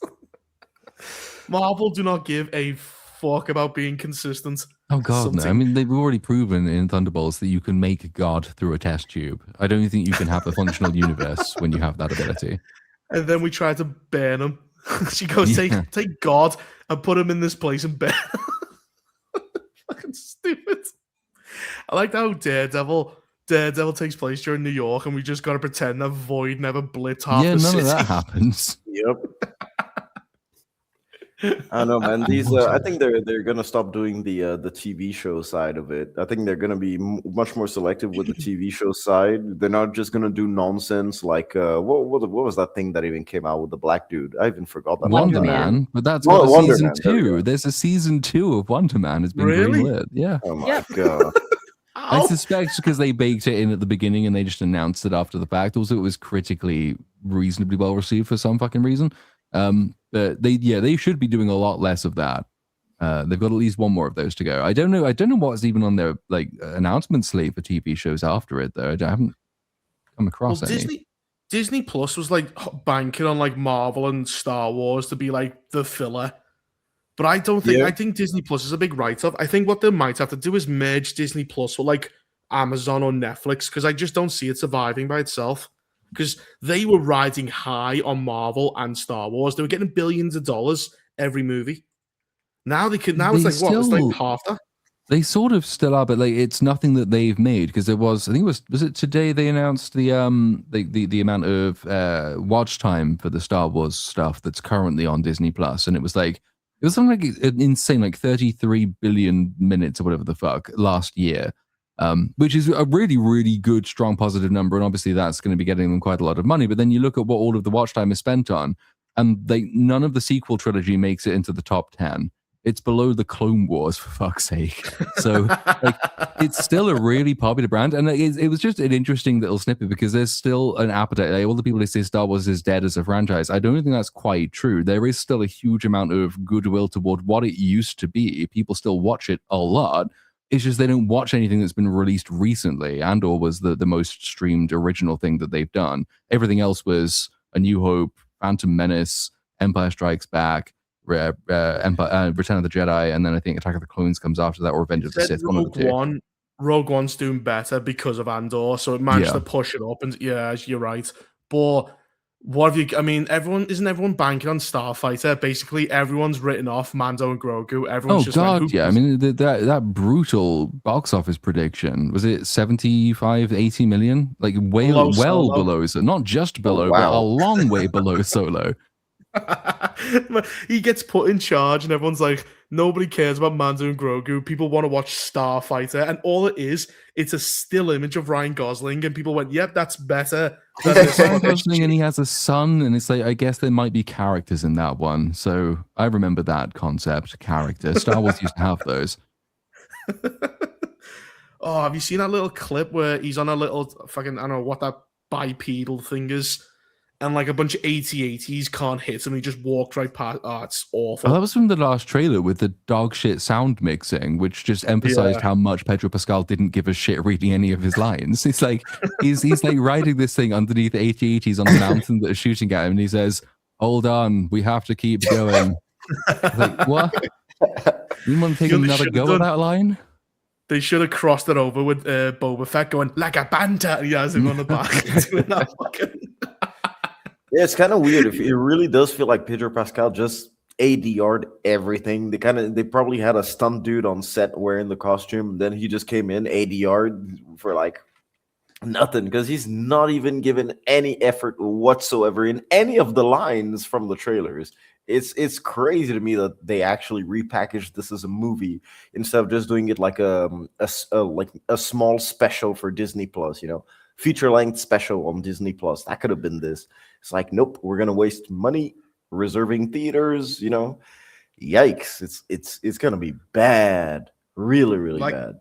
It's just like I think he's probably said, "Listen, let me just see if Mando and Grogu has any legs at the theater, and I'll do my Avengers Dave Filoni spin-off first. What the fuck? Because what is it like Ahsoka and."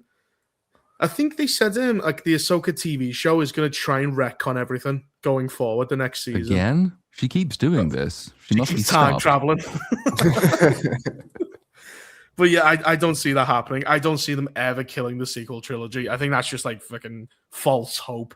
Yeah, that rumor reared its ugly head again. I think Geeks and Gamers shared it, like the rumor that they're going to once again retcon the sequel trilogy and focus more on the original characters. So I think it's slightly more believable now than it used to be, only in the sense that they have to acknowledge how much everything has completely failed. And so many other franchises are returning now to just like the lowest of lowest hanging fruit that I can see them maybe making that decision. They'll still tell shit stories if they do it, but they might tell shit stories with people you recognize because they need your money more. Starfighter takes place after episode 9, so if you retcon how do you do that? I mean, I don't see them. They might do that. That's fucking stupid. They might have 2 different timelines. 2 timelines, or like Starfighter will just come out and make no reference to anything that happened. It's like, oh yeah, remember when like Rey exploded Palpatine after he asked her to kill her, and then she did, and nothing happened. Yeah, that didn't happen. That huge fight over Exegol with the billions, no one was there. Which can pretend it didn't exist, and this story will be self-contained. That's what they should do anyway, but they won't. Yeah, you could say it's set somewhere. Sometime, like it could be the past, it could be the future. You have no idea. It's a standalone thing. I mean, at what point do you let like an IP die? At what point do you just say enough is enough? We're gonna let it lie for like a Well, decade. that's the thing. I mean, they probably should have done that, and Marvel definitely should have done that. But those streaming numbers again prove that it's not dead. It's kind of like between the original trilogy and the prequel trilogy, that huge period of time where it's just kept alive by people essentially just writing better stories than the no stories they were given at the time. People are still doing that, evidently. Loads of people are still watching all this stuff. There is a lot of love for it still. It's just that no one can transfer that into an audience for the TV shows. Like, you must be weird. You're showing your kids it, and after episode 6, you go, and that's it. You go, yep, nothing else happens. Palpatine dies. I will be doing that, by the way. I've got a little 1-year-old nephew. I'm already planning out how I'm introducing him to Star Wars, and it's going to be, we're going to watch the original trilogy in staggered order, like with a bit of time. And then once I know he's firmly into Star Wars, then we'll go to the prequels. And then once we've done the prequels, we might go for Andor. We might include Rogue One, and after that, it's done. But imagine you whisper to, if he's behaved poorly, you just literally go, everything you've watched means nothing. Luke died. I mean, I could use it as I could use The Last Jedi as a threat. It's like, if you misbehave, I will try and kill you in your sleep like Luke Skywalker did, because that's what heroes do. Instead of a lightsaber, it's a copy of The Last Jedi. You've got over him. You're going to hit him with it. Yeah. I can imagine just him looking up at you. He's like, "What do you mean they kill Han Solo?" It's like, it was just a bad dream. Go back to sleep. The horrible dream of Luke drinking titty milk on a planet of aliens. It never happened. All that stuff to look forward to. Oh yeah, and the old expanded universe stuff, as Chow mentions. But we will see what that does. But I think everyone's written off Mando and Grogu, and obviously Avengers Doomsday is going to do. That's going to be one to watch, definitely to watch. And however well that does will determine the future of the universe. I guess we might all have to find new jobs. Next up. Penultimately, Michael 2 has just been, I think, dethroned at the box office by The Devil Wears Prada 2. Yes, so good news for Michael, but I mean, I guess another one I don't care about. Does anybody care about this movie? Well, basically, they've announced the sequel. They've announced that they're gonna start doing the sequel. Normally, it's supposed to be filmed next year, depending on Antoine Fuqua's availability. So they've started the process of pre-production already. So Michael is getting a sequel, ladies and gentlemen. So normally it's going to cover the next decade, which is, well, the allegations and stuff. So actually, you know what? I am interested in this because I want to know just how many people they're going to glaze over in order to make that movie work. So I actually will willingly see this. Michael 2? Yep. Yeah, people have been fainting in the theater, which is crazy. Like, how the fuck is this man making people faint in the theater? Like, I don't even understand. But yeah, Michael still haven't seen it. Honestly, I won't even watch it. I'll probably just watch it when it randomly pops up on TV in a couple of years on a random Don't watch the movie. Just watch 2 sections from it. Watch the thriller Recreation and watch the bad Recreation. That's all you need to watch from it. I mean, it's basically just the greatest hits. I mean, that's all you're really watching, and occasionally his dad hitting them, but that's basically it. It's like he'll do thriller, then his dad will shout at him and beat him, and then you watch something else. You watch Beat It, and then you watch Bad, and then his dad shouts at him, and that's basically the movie. And they also downplay the jealousy of the because the Jackson twins they did actually have a bit of a problem with Michael. There was quite a lot of jealousy, which is noticeably absent in this movie. That's what I'm saying. They glaze over so much to just do like the headline stuff. Like, it's not a proper biopic.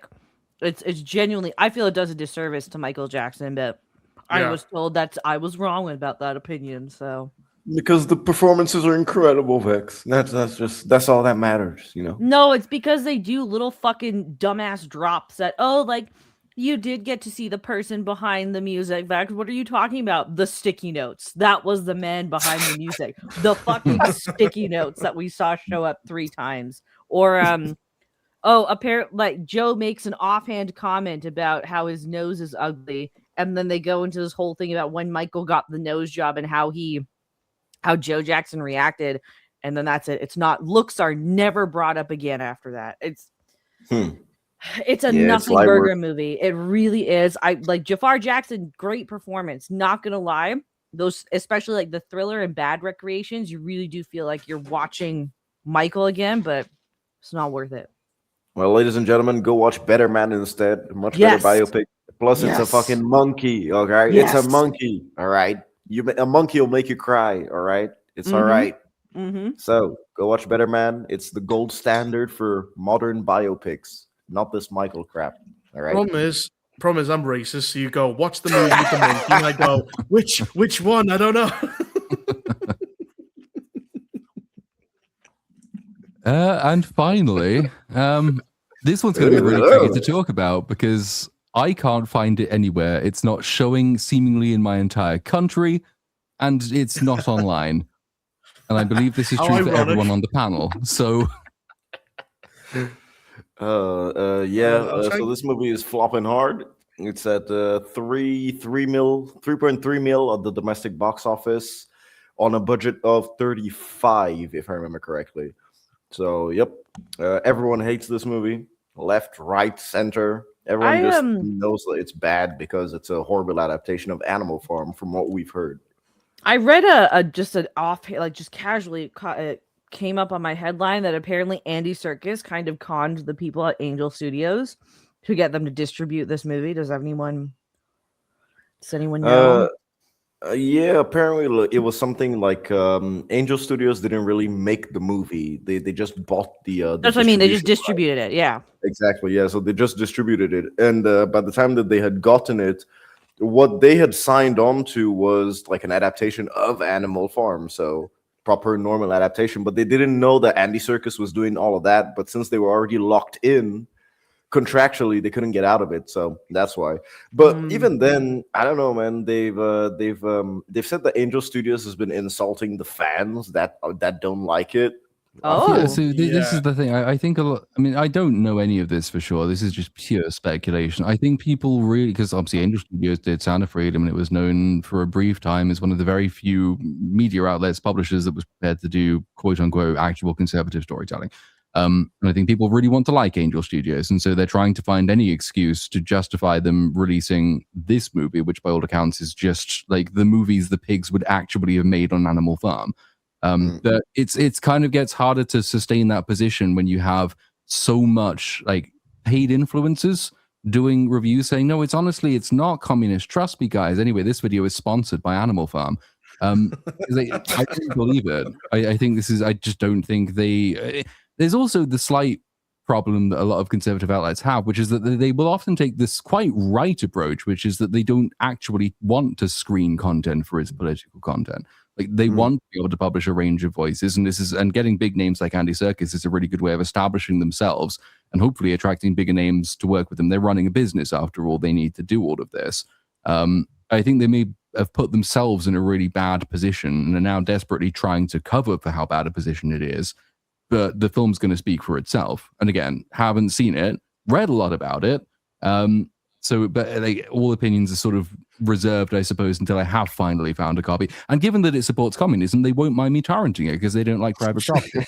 So once it comes out, obviously stronger opinions, I'm sure. But what everybody knows about this basically is that it swaps the allegory for not Stalinism, as some people like to say, but communism generally, for an allegory about the dangers of overconsumption in capitalism. So the communists are now telling you that capitalism is bad via the medium of Animal Farm, a story originally written to warn people against the dangers of communism.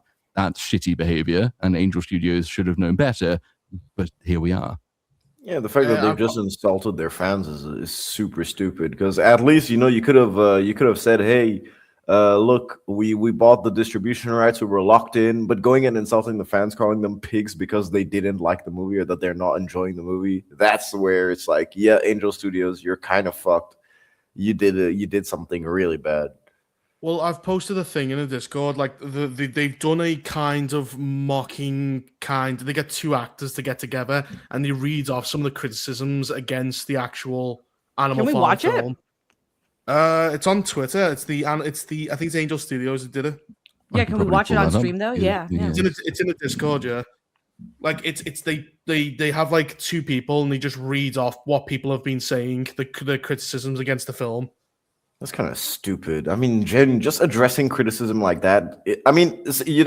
Rennie Harlan, he did the Strangers, the really dog shit movies 1 through 3, and even him, after the release of the first movie, it got absolutely trashed by critics and by audiences. He said personally that he read all the criticisms and he actually changed the second movie to accommodate some of the criticisms to make it a better film. And it's like, that's how you should respond to criticism. It's like, at least just acknowledge it, appreciate it, and just say thank you. Or if you don't want to change anything, just say thank you and bye-bye. Or I appreciate what you said. That's it. But just straight out insulting, it's like, come on, dude. Even especially considering the movie is already flopping, it was just released. It's like, I mean, what are you even playing at? Are you trying to get money, or are you just trying to lose fans? Are you trying to lose? I don't think they know how to handle it. Didn't they also say that they were going to go on Tim Pool's show at some point and talk about it and then pull out at the last minute? Yep. Well, it's the type of thing is they need to like ingratiate themselves to Hollywood. So it's like they go, see, we hate the chuds as much as you do. Please let us in. I think that's what virtue signaling to. That redheaded thought chick who's a conservative influencer or whatever, she was paid to promote it too. And I guess like someone on Geeks and Gamers just casually mentioned that she endorsed the film, and that has pissed her off enough to go into a entire blocking tirade now of people calling her out. Yeah. I think this is the. Hold on. Yeah, so like it's so simple. Just go, listen, we are just distributors. This is not our film. Just simple. Nobody gives a shit. Exactly. Done. Yeah. So this is them making a kind of like clap back to the fans. Oh, Animal Farm. No one wants us to be together. They haven't even seen me. They're judging a movie by its trailer, which is what trailers are for. But still. At Chloe Rice 8272 said, Seth Rogen is probably the last person to come to mind to voice a character who's literally meant to resemble Stalin. Resemble Stalin as a pig? Seth Rogen is a perfect pig, Stalin. People are can you pause for a second? This would actually be funny if it were like a college humor skit, but the fact that this is marketing coming from the distributors is what makes it like bad. Serious. That's the worst part. Yeah. Dude, Seth Rogen. I actually thought that this was AI generated at first. Like it looks horrible. Don't even feel like real actors, man.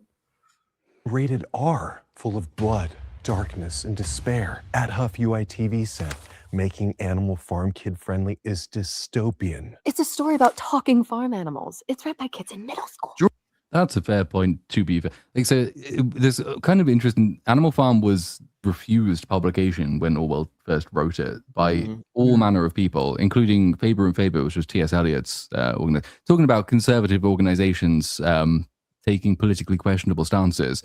So, like, T.S. Eliot's Faber and Faber is kind of like, it was a conservative-ish outlet, literary outlet at the day, refused it on the grounds that it didn't think there was a market for talking animals. This was at a time when Walt Disney was making many millions of dollars talking about talking animals.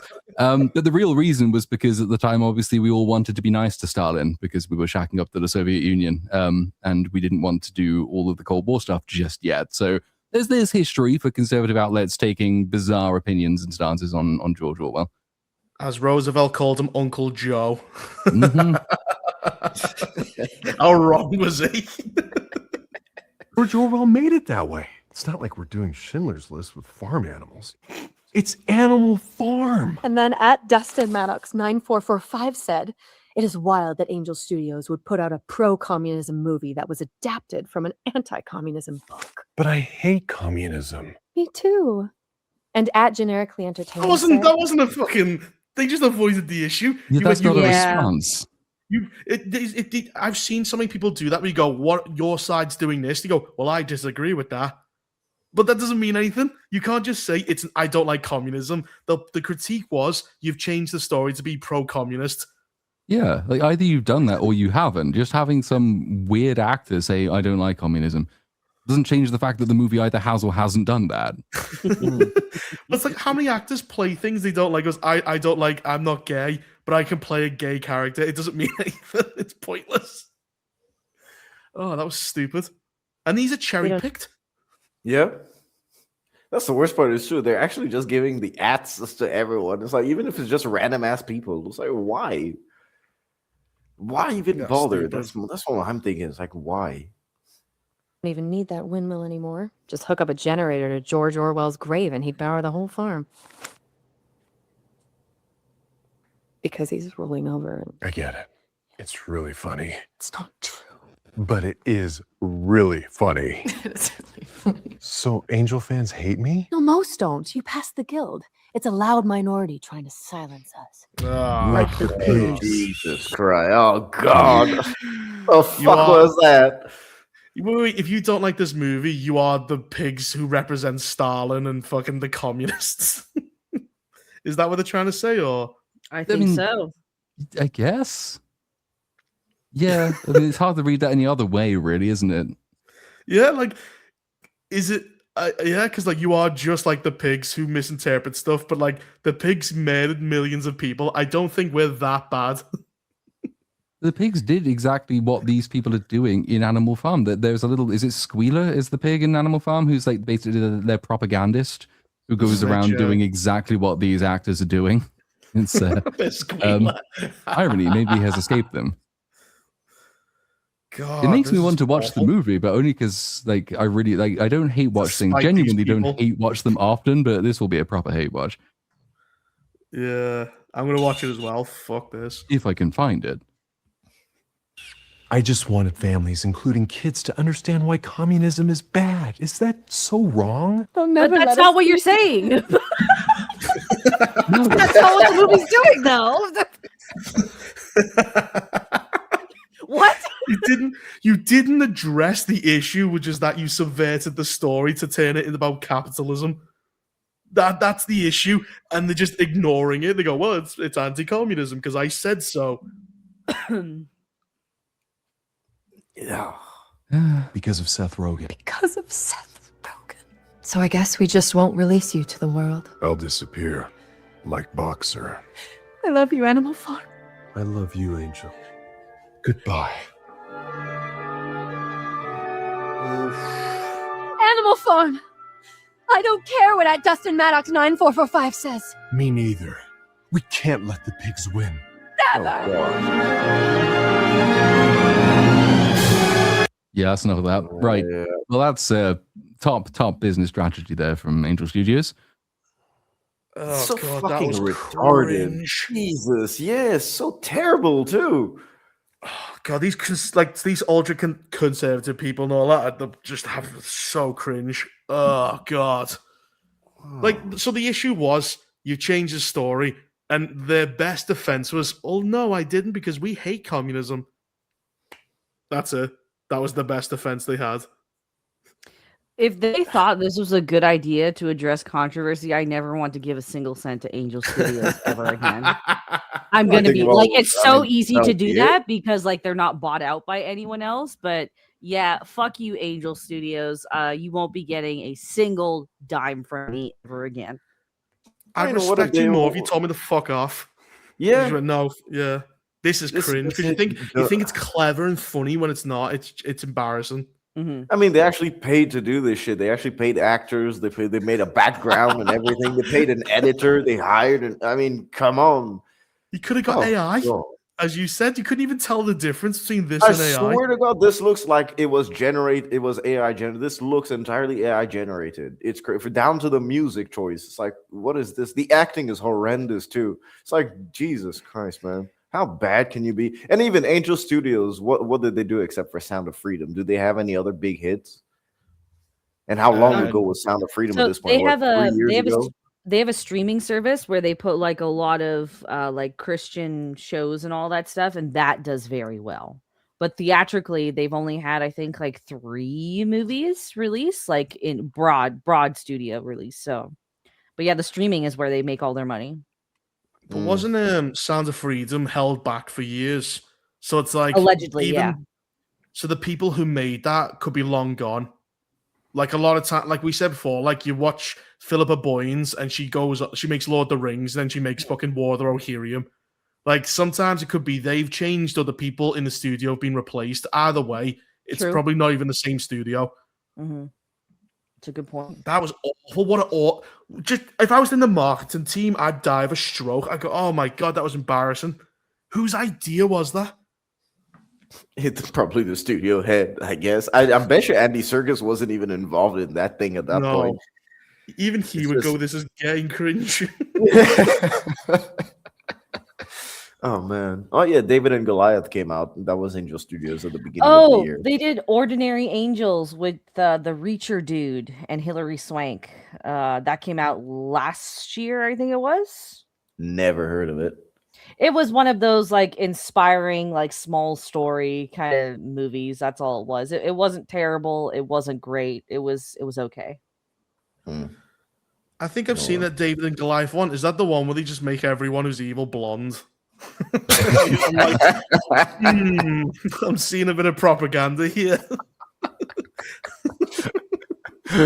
Oh man. Well, I mean, they're losing money, but they're not losing as much money as the Saudis. So Saudis are losing a shit ton of money with the Anthony Mackie movie. Oh yeah. Oh, I saw something about that. Isn't that going to be like one of the biggest box office bombs of all time? It cost like $100+ million and made 100,000 or something. 150 million budget, and for right now, it's only grossed under 500K. It's like 470,000 or something like that. Yeah. And no one, I mean, literally the first time everyone hears about this movie is to hear that it flopped. Like, no one knew about this shit. Oh, no, like, I'd never heard of it. Absolutely. Me neither. I had no marketing. I've never seen a trailer. Never even heard Anthony Mackie talk about it, like, on his social media or anything. It legitimately, no marketing at all behind this Saudi-backed film. It's crazy.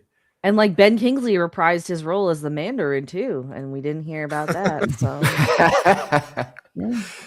Jesus. So yep. I guess the flops are coming, but the big bucks are coming soon. Actually, theaters are going to make some money in May, a lot of money because of the horror movies. Hokum is going to make money. Obsession is going to make money. Backrooms is going to make money. Star Wars is going to lose money. Star Wars is going to lose money. Yeah, that's for sure. that balances everything.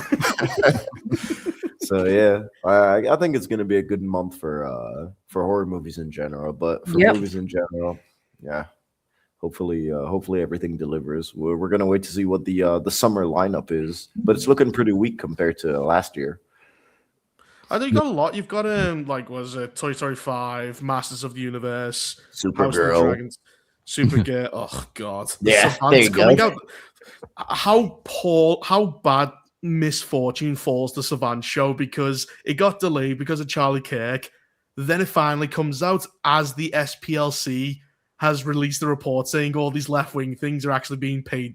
All these right-wing organizations are being paid for by left-wing companies. Which Maybe that's the actual story of the Savant, is that she's actually just shuffling money around between between all these groups. She's paying the Ku Klux Klan so she can report on them. That would actually be a really good show, unironically. Yeah.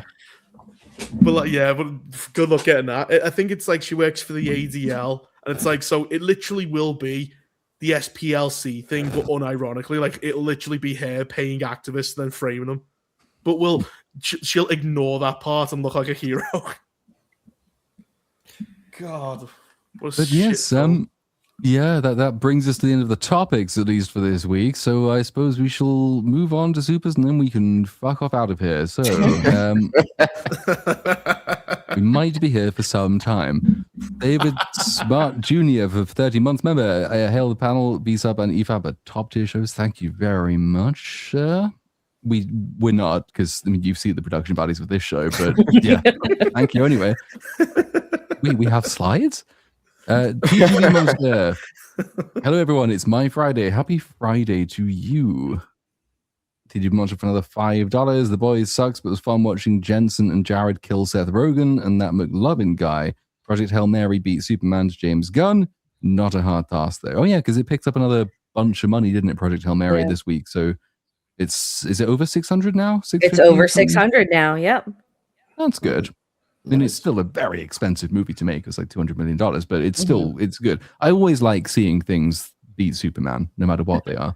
And you know what's funny? People are trying to do the hypocritical thing of, 600 million, I guess, is a profit now. And you go, but the budget is completely different. Yes. Superman's like over 300 odd million. TGV Monster comes back again. This is the 4th attempt at live action Resident Evil, but fuck it. I'll still go watch it because we Resident Evil fans are like battered housewives. I mean, the fact that you guys didn't get only 1, 2, or 3 Mila Jovovich movies, but 7 of them, it's like They're come really on. fun, though. They're so funny. Like they're some of They the most are. culturally impactful Resident Evil movies you could ever have. They are, but can Oh, you well, imagine no. being like a Resident Evil fan and you're like, oh, well, are they finally gonna nail this one? And then the 4th one, they bring in like Leon Kennedy, and then you're like, who the fuck is this dude?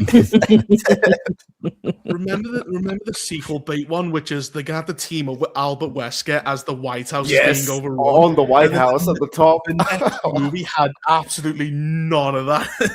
Dude, the next movie began with the White House in flames, and then Mila Jovovich just riding alone. It's like, yeah, the White House burned down. We lost the fight. It's like, what? We were waiting to see the fight. That was the whole premise of the movie. You were building up to the entire fight. It's as if every time they ended a movie, like Anderson basically just took a pill to forget what he wrote, and he didn't bother rewatching the final movie. So he just started from scratch every single time. Nothing Well, makes. There's no continuity. Those endings were entirely, please give me another sequel. Yeah. Oh man. Jackson Voorhees for $2. Have you watched the Exit 8 movie yet? It's very good. I've never even heard of Exit 8. Has anyone here heard of it? Yeah, it's good. Vex, I haven't seen it, so but- Vex, you did like it. No, okay, hold on. You misinterpreted the conversation we had a few weeks ago. Okay. It's a solid attempt at like a video game adaptation, first of all. A solid attempt at horror that brought the movie from an 8 to a 6 out of 10 for me. That's all. Okay, yeah, I really liked Exit 8. I thought it was really, really good. I do like the rug pull that they do about like halfway through the movie, because it starts getting stale after a while since it's a repeated thing. But Platoon, I think you would actually like Exit 8. It's literally one location. It's literally the same location that the guy goes through, and you have to spot anomalies. So let's say, for example, a doorknob is missing in the train station. So it's basically just one long hallway. If there's an anomaly, you continue straight. No, you walk back if He's there's an stuck in a anomaly. loop. He's trying to get Yeah. to exit 8. So you start at 0, and the goal is you have to spot the anomalies. If there are no anomalies, you continue on your way and you progress to the next loop. So if you complete 0, then it becomes 1, then 2. If you miss an anomaly, and you keep going, it resets. But if you catch an anomaly, you go back and then you can still progress to the next level. So it tells the point of view for 3 characters who are stuck in this same loop, and they all intersect and overlap. But there's some really good like cultural commentary, not just about like modern day Japan, but just like what work culture has kind of done to modern society across the world and how that impacts our relationships and our self-worth to a certain extent. Yeah, there's just the one thing that brings it down, but it's very interestingly put together too. Like there's a guy that you see, the walking man or whatever, and he is in the loop for the first guy continuously. And to keep the shot continuous, they had him like exit through a door behind the main character, get on a bike, and bike back to the exit and complete the loop again. So it's a very really well made. Yeah, Really well well made made. film. Yeah. Okay. I think the comment says it's like Asian backrooms. Yeah, It is, yeah. It's a Japanese movie, full Japanese. I mean, these guys. It's kind of annoying. Well, even Vex was annoyed by the guy constantly coughing at the beginning of the movie. Bro, I was like, this nigga gotta stop coughing. I'm done with this movie otherwise. It was so annoying. But yeah, TGV Monster. I read this as The Mandalorian and Burger King, and like, why the fuck not? that's the movie. And that would be a movie. The Mandalorian has a Burger King special menu, including the Mandalorian's creamy bounty barbecue sauce, Pedro's creamy sauce. Ugh. That doesn't Isn't sound that- dirty at all. Is that when his dad swaps the different types of sperm over in his? I I think I'm it's just swapping Isn't it eggs. This is the new version. Is Yeah. swapping sperm. or this is just the sperm that Pedro swaps at raves. Either or. It's either the barbecue or someone's wanked on your burger. Noah Sprague, is that Sprague? Noah S. Prague? One of those many options? Sprague. $5. Novex Charlie Penguino Zero. told me Oh, there yeah. isn't filler. This isn't filler. They're giving more information about characters and needed that dog dream with Homelander. Yeah, Fuck honestly, Charlie. fuck Charlie, man. Like Yeah. I watched that video yesterday. I watch Charlie all the time. Like I watch Moist Critical a lot, but that was a How? dog shit take that he had on. He's so boring, and he's on the middle of the fence about everything. You know, Well, there's that's some the good thing, like- things and then there's some bad things. You know, now that it's 4 weeks after it's come out, I'm finally ready to give my opinion, and it's very milk toast. Because what I'm saying is, it's 5 episodes. We've got 3 episodes to the finale, and it's a random side story with pointless where we do learn about some characters' backstories, but they're shit, they're pointless, and we've literally got 3 episodes to go, and they haven't set enough up to kill Homelander. They haven't got the pieces aren't set up to give a satisfying ending. Yep. So Charlie's a fucking idiot. Yeah, on that he has like a really terrible take, man. Really, really terrible. I just want everyone to like me and not judge me. That's basically everything he does. Joey Bag of Donuts for $4.99. There was no BSUP last week because Bluetooth is scared of the supper cats and he can't step to them. Also, he's a retard. I am. Thank you for Dang. that. Because this is because we were doing Anthony Gramuglia on EFAP, and we kicked off. Someone super chatted him a question saying, "How can I learn to be smart and critical like you?" And he says, "Yeah, it's really difficult." And so, like, that's horrifically cringe, and you shouldn't do that. And I said, I'm sure my chat's more likely to call me a retard than ask me how to be as amazing as I am. And now someone is here calling me a retard. So we've proven. Fuck you, Grumugles. Some guy goes, "Wow, you're amazing." You're like, "Fuck you." How dare you compliment me? Sty Games, really glad of my very weird Suppercats brought joy to you guys, but I will temporarily ease them back in case it annoys some. Still, play Lord of Xbox. You are not annoying us at all, sir. You keep doing your Suppercat thing as much as you want to do it, but I look forward to them, actually. Yeah, they're very funny. At this point, yeah. Seeing Platoon trying to get through them, stressed. It's the highlights of the night. They're so effective, they force the change to the entire structure of the show, so it's doing something right. Arky Reaver for $5. Ketamine is actually mostly used as a morphine alternative because it's effectively like taking so much LSD that your brain dissociates. I mean, yeah. I've took Probably. LSD, and the biggest problem with LSD is transitioning from room to room. Like, you walk out of a room and go, "I was just in there." Like, you have no idea. Like, you come Holy and go fucking going. shit, man. Not only that, but like if you're there, you're fucking tasting music, bro. Like you don't even know. It's sensory overload if you're not used to it, dude. Like just good luck. That is it. I think And they yet did to it do at Reading LSD. Festival, and it's like, I know this must be working because I'm enjoying Queens of the Stone Age.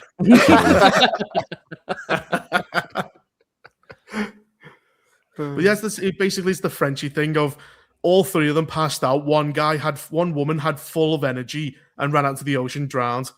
So if it's used for morphine alternative, I don't think the story he's telling is 100% true. I think mean, they you probably get the unpredictable overused. besides the K-hole is a famously unpredictable. So I have seen somebody go through one of those. That was not fun. So, Carry him out, I- him screaming, and leave him to sleep it off, kind of thing. I kept throwing water in my friend's face when it happens. And he's going, "Where am I? Where am I?" And I just threw more water in his face. We're probably the worst fucking trip sitters ever. I mean, I didn't shove anything up his ass or anything like that. I mean, What? Well, congratulations Thank to your God. restraint, I guess. There's a story of this guy who got drunk, and he's like a chef, and all his friends decided to stick an eel in his pants, and the eel was still alive, and it crawled up his anus and ate his insides and killed him. Oh god. So There could be worse. I'm just saying. Was it an Yeah, electric sounds eel? worse. No, it was a normal eel, and then it just ate him. It ate his ass, then his liver, then It his ate organs. him ass first. That is crazy. That sounds like something you would see Wow. in The Boys. Right. Yeah. Anyway, Watching that on that voice- positive note, Louis That- Palau. the deep kills that guy, doesn't he, Vex, in the toilet? Oh yeah, he does. An eel actually eats that dude's ass out. Hold up. We missed That's this. good. Okay. Actually, did happen. Yeah, so the Black Noir is apparently like a flamer or some shit, and he's super into Theater kid. theater. Yeah. Yeah, so he gets really close with his theater director or whatever when he finally stands at the Deep, and the Deep follows him one day and gets jealous of this. So the Deep summons an eel while the director is in the toilet taking a shit, and the eel goes up his ass and eats him from the ass out and kills the director. Lovely. Eel effects and 1,000 Ways to Die. That's what I saw from. Jesus. Louis Palau for $4.99 down platoon. That was less a victory lap and more of a public humiliation, flogging, and crucifixion of both Noah and Granola. It was beautiful. Yeah, those two people are extremely scummy and deserve to have lost much more support than they currently have. But, you know, the work continues. What is the Noah last- thing? I've heard a bit of it. Like, Oh, what this is it- it utterly about? Noah, who was like a serial plagiarist. So he started off on YouTube making videos about autism, and then he Mhm. decided that the best thing to do is to totally not grift by making countless videos by attacking like Drinker and Nerdrotic and all the people bigger than him by calling them grifters. Grifter. Then it turned out that whole bunches of his videos were just stolen. So he would steal other people's visuals and other people's scripts and change one or two words and then narrate them. Deny doing this, then admit to doing this, then admit to falsely accusing someone of trying to dox him, and deliberately poisoning his audience against the people he stole from by calling them conservatives. Wow. And then after all of that, Anthony Gramuglia steps in and says, well, don't you know this is actually a really nice man? And then he supports him. And then he basically workshopped his apology and told him to change the focus away from plagiarism and more to, you failed to cite your sources correctly. This was Gramuglia's idea.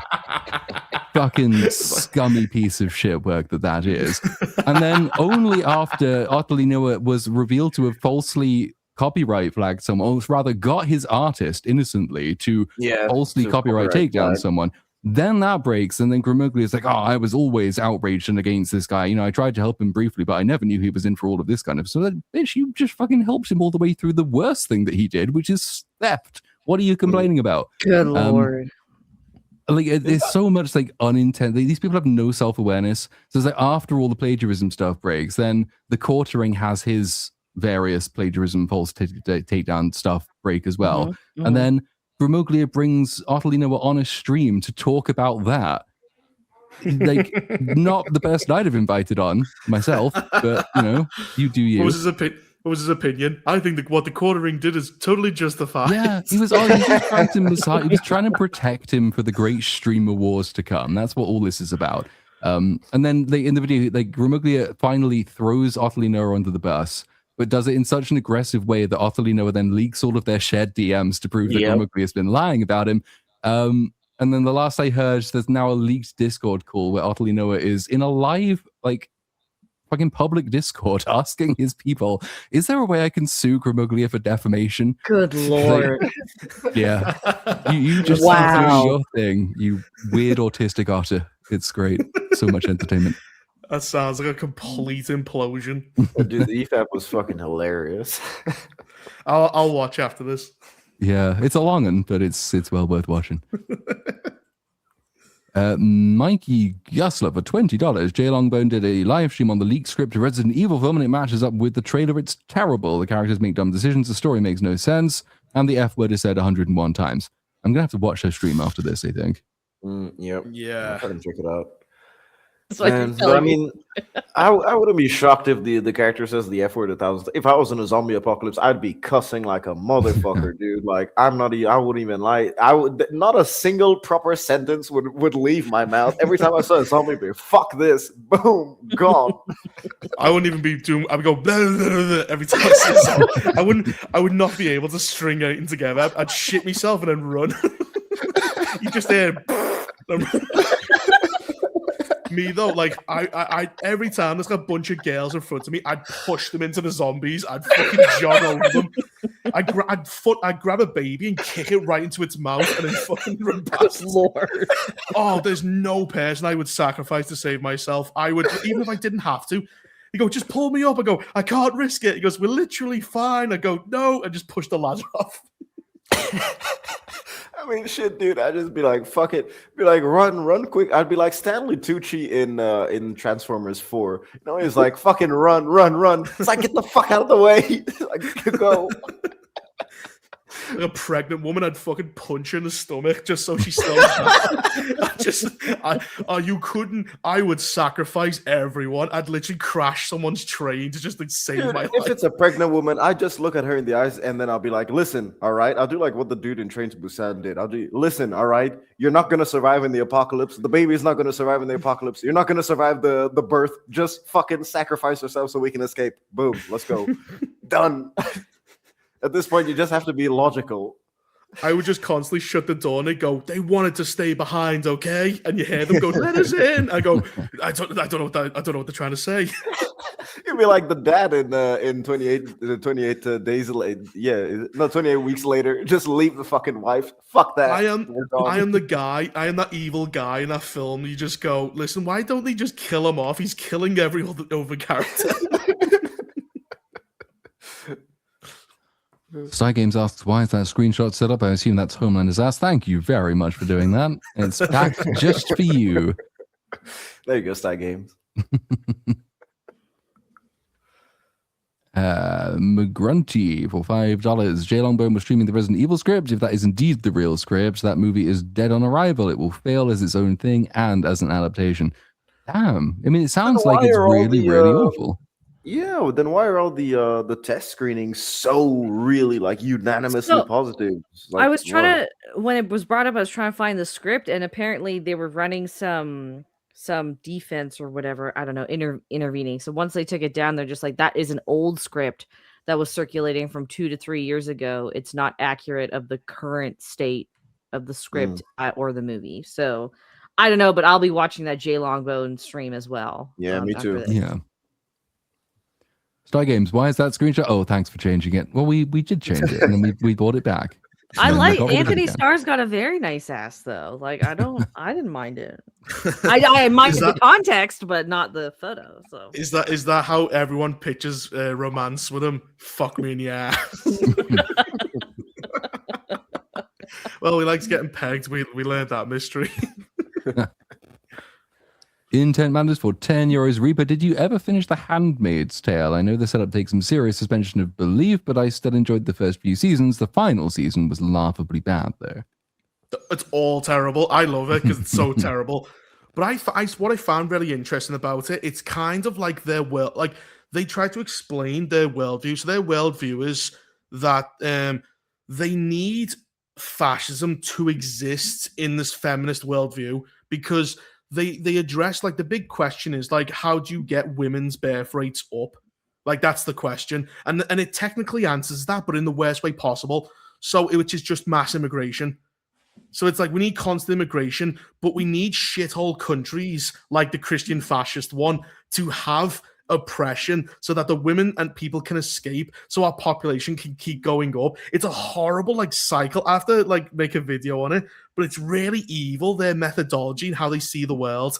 Because, like, the native Canadians, they all flee to Canada, which is just Mecca to them. And it's like all these Canadians are annoyed that, like, these Americans are having gunfights on their streets and shooting each other and causing, like, being active, like, political agents against their neighbor. And, like, all the feminists go, well, the Canadians should just tolerate it. They should tolerate this American diaspora that's causing fights and crime and being paid for. But the thing is, though, it never ends. They don't beat the Christian fascists because they can't beat it. If they beat fascism and all these type of things, then the birth rates will plummet and liberal utopia can't exist. So it needs war to create immigrants to prop up liberal utopianism, which then causes more war. I just went, it's actually really accidentally very intelligent. They think it's good. I think it's awful, but that's the difference. They don't realize they've made this thesis on the modern world and why it's so terrible. Andrew Moore for €5 with all the terrible recent shows got into Dark on Netflix. Time headfuck, but really well written show with German subs, so no temptation to second screen. I've heard the name Dark, but I know nothing about the show. Has anyone It's seen it? so good. Oh my! I've watched it Good. about half a dozen times. It's probably one of top 5 best things Netflix has ever put out. Ever. Yeah. I'd be interested in what you've seen it because it's so well done. I'm like, do I understand this? I think I understand it, but it's so like they deal with multiple timelines and stuff like that. You never get confused, like Yep. because they know how to do visual cues. So like in the last season where they're swapping back and forward loads, you could easily keep up with like 4 different timelines. And they There's a bunch of actually, other stuff. yeah, they don't even break their rules of time travel as well. Like there Yeah. are established rules, and they keep to it for all 3. It's honestly, Platoon, you'd love it. It's very well written, great sci-fi. Okay. Yeah, like I'll check I'm it not out. sure I fully understand it because it's that smart. I'm like, whoa, this makes me feel really stupid, so it must be good. Dude, like 5 watches. I've rewatched it 5 times, and I don't fully understand it either. But it's good. I really like it. But that's the thing, like Okay. it's because like the entire show set in one German town, and I just went, it's like it just focuses on that. It's like a bit of a murder mystery with time travel. Mhm. That's how it starts anyway. So it's like a dead body shows up, and then yeah, Thank What's you'll the really mystery like it. with time travel? Pardon? What Dark show on is it? Netflix. Oh, dude, Dark is fucking incredible, dude. I Yeah, it's literally great, got I got my arm tatted at the beginning of the month. I got Sigmundus Kratus S tatted on it. Oh, Yeah, Yeah, that's from Dark, dude. Well, I mean, it's a Latin phrase, but it's used in Dark a lot. popular art. Yeah. it is. Yeah. Yeah, it got popular because of Dark. So yeah. Problem is, you might like take 20 hours on it because it's so complex. Yeah, like sick, yeah. rewatch value is fantastic for Dark. Really, really good. Mhm. Yeah. Lost Monster Map for $2. Black Wesker Magic, 7 minutes of jive turkey time. I don't understand this reference, but I assume it's Resident Evil. Black Wesker, yeah, in the Netflix show, he was Black Oh, Wesker. that's how my channels. That's how like I went from like no subscribers to 200. I was the only person who watched that show. That was Brock awful. Defile for $5. Platoon, if you don't know about Resident Evil 6, imagine Michael Bay's Dino Transformers movie, but with zombie skin mods and all the popular Resident Evil characters. I mean, it sounds shit, but it's going to take some doing to knock Requiem off my least favorite games list. Oh, dude, like Ah. 5 minutes. Requiem off the top. It's that bad. It's one of the worst games I've ever played personally. Okay. Yes. Yeah, like the Chris Redfield storylines, they're not even zombies, they're just people with guns. You're literally having a shooter with people. Well, isn't it? Which one does Chris Redfield even punch a fucking boulder? That's in 5, That's right? not 5, yeah. Yeah. Yeah, so- Like Wesker's gonna kill Shiva and he can't reach her, so he has to punch this fucking gigantic boulder. literal boulder. It is like 5 times his size. And he goes, yeah, and he just uppercuts it into the lava. It's so God. I love it. It's awful. If you want to remake it, remake that and get rid of the fucking shitty co-op thing. That was awful. Oh yes, well, that's the only reason why I can't play RE5 because the Shiva AI is so dog shit when I'm awful. playing alone. So Yeah. Wonder Girl for $5. There's going to be an animated Bloodborne movie. Thoughts? Is this the one from some YouTuber? Jacksepticeye. yeah. Yeah. And he's unbearable. Oh, Now he is. Yeah. He's from before my time. I didn't used to watch YouTube when he was big. I don't even know if he's good or not. He's a Well, he doofus feels now. more He to, was like- fun at one point. Yeah, he was more like a normal game streamer. Then he started to appeal to like retarded kids, which business model. But then he's now like a lot of virtue signaling. It's like, because like Bloodborne it's a lot more like like I don't see a story in Bloodborne. I know there's like little lore entries and stuff like that, but I'm talking about a coherent story. Like okay. you'll have to invent that from scratch. Well, I I have mean, not played it. yeah, me neither. I guess Oh, you they should- could do You it, should play but it. It's really good. Have you played Elden Ring? Yes. It's better than Elden Ring. Okay. Like Yeah, you well, I can mean- see. So go on. Oh, that Elden Ring lost my attention quite quickly because Well, this one's roguelikes do more that. more contained. Like it's less open world, and it's like it's one of the best games ever. Everyone keeps asking for like remasters and a sequel. Yeah, I and know it's Sony popular. Sony will not fucking give us one.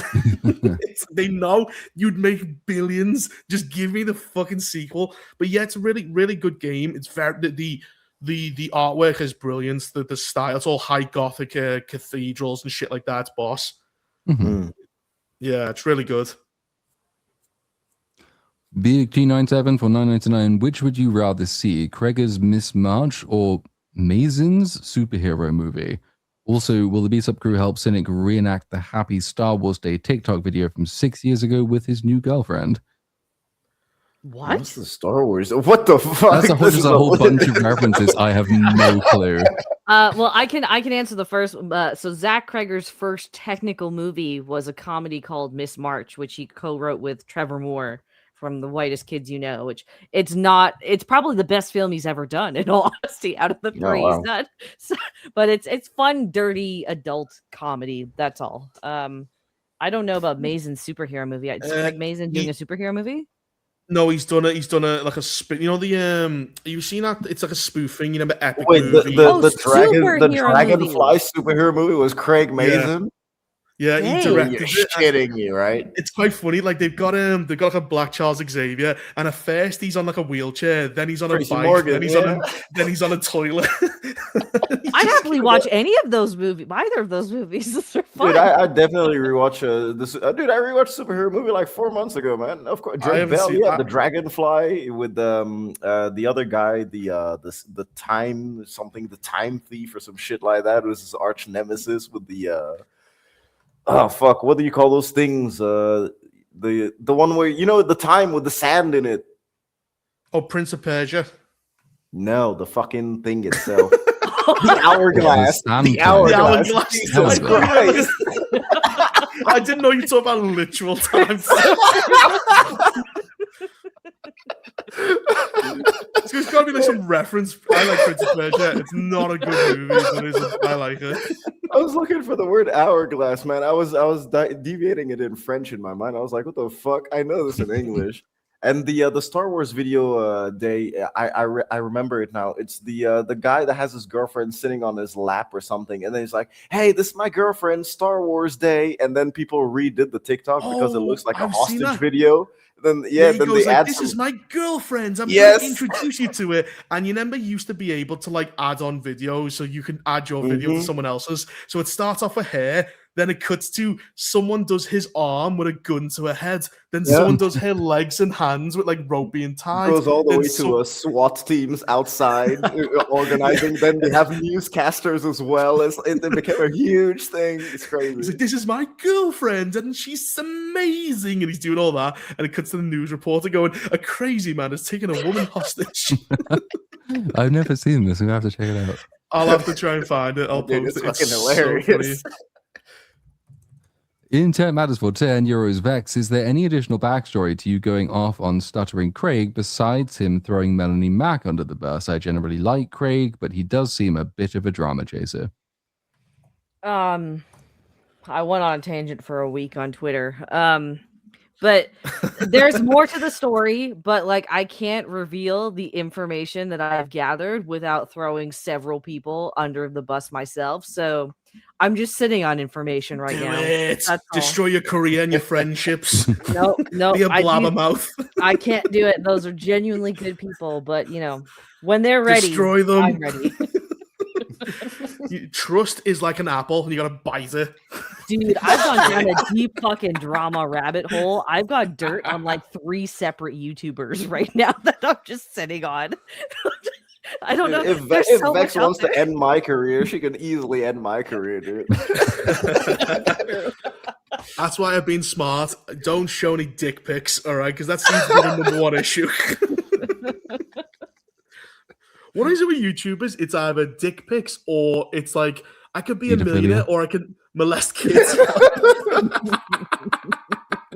Have you seen that meme where it's Superman choosing all his costumes and he's a YouTuber? It's like, invest your money, be a producer, go to Hollywood, and he finally picks a suit and molest kids.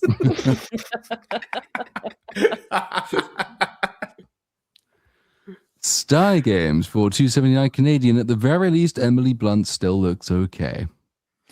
She looked awful in this Devil Wears She's Prada. starting to look. You can tell she's had so much work. There's a scene where like Andy's interviewing her for a features piece because now she's head of Dwar or whatever, right? And her, like Anne Hathaway, you can see her eyebrows are moving, her forehead is crinkling, her eyes are, and Emily Blunt is trying to do the same thing, just move her eyebrows up, and there is so much Botox in her forehead that the eyebrows don't even move. So her eyes are doing it. Like her actual eyeballs are making the movement, but the eyebrows aren't reacting. And like Yikes. her lips are just so did you- plump, they look ready to explode. Like just put a pin in them and they'll pop like a balloon. Did you see that clip of was it Sydney Sweeney and the other one? And she could move her forehead, and the other one was just flat faced. Mhm. Yeah, I saw that. Yeah, for Euphoria. Yeah, like you can see she's giving expressions, and the other one's like, oh, like wearing a wooden mask. Can barely Crazy move. Yeah, era we're crazy. in, dude. yeah. Yeah, too much Botox is gonna Botox. kill the next That cheek- generation of actors. Mhm. That cheek hollow one's the worst though, because you look like a crackhead. Well, Fucking Jenna Ortega, dude. That's I used to find her Erin so Moriarty. pretty. Erin Moriarty Yeah. too. But Jenna Ortega fucking shaved off her eyebrows as well, so I don't even know it. well, It's so was weird. it the trailer or some promo pictures for Enola Holmes 3 dropped, and even though it takes place in 1800s, Millie Bobby Brown has a fucking French tip Yeah, gel dude, I saw- manicure on her hands. Oh, I had to watch the first two. Oh my god, they were I can't be horrendous. fucked. Yeah, no, not doing that. Not interested She enough. goes to learn kung fu from a fat black woman in a dojo in London, and she's going, "I have a heart." When you own a dojo in London, what the fuck are you talking about? So bad. What? Yeah, like she's going, I'm gonna. This is like mother this, and she's like, oh, she's like lectures Henry Cavill for being rich, and she owns a dojo and a catering thing beneath her. She owns a large amount of property. Oh my! Jesus. I asked someone if it was worth watching just for Henry Cavill's. Like he shows up for like 6 minutes in both movies. Yeah, So I'm like, apparently it's oh, not in the movie that long. that's a Yeah, bummer. like he shows up at the beginning, and at the very end, he goes like, like I finally figured it out. Oh no, Enola's done it before you. And he's like, huh? That's the first movie. He's more in the second movie, but he's equally useless.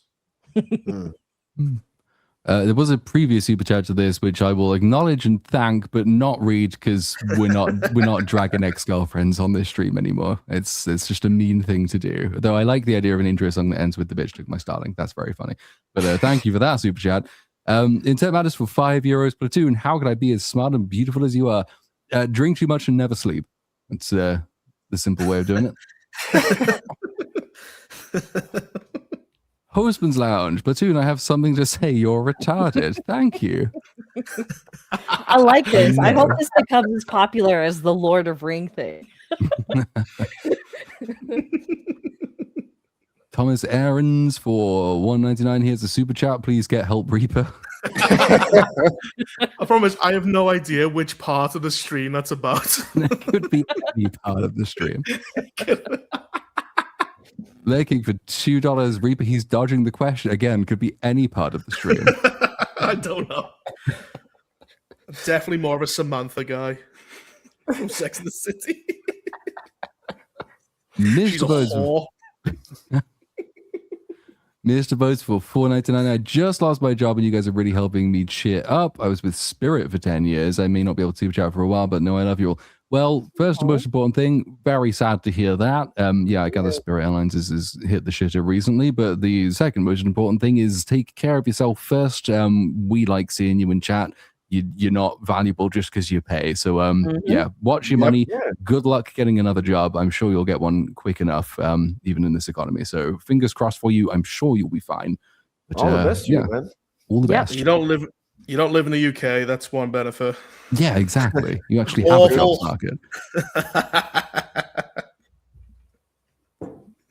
Broken Corn Julio for $5. If you guys want something else to rip apart, I'd recommend reading the leaked Resident Evil script. The dialogue alone was great to listen to. I Dang. have lots of recommendations. How for this bad is leaked it? script. I think someone has sent it to me by email, so I'll check it out later. But yeah, Jay Longbone has also gone through on stream, so check that out too. Y'all are overhyping this now. Now the expectations are really high. Like, Yeah, it can't be as bad as the Buffy pilot script.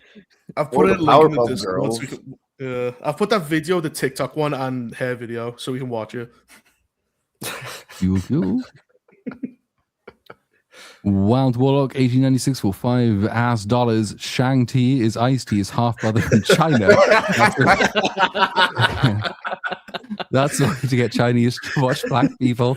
Won't be surprised if Marvel try it. Yeah.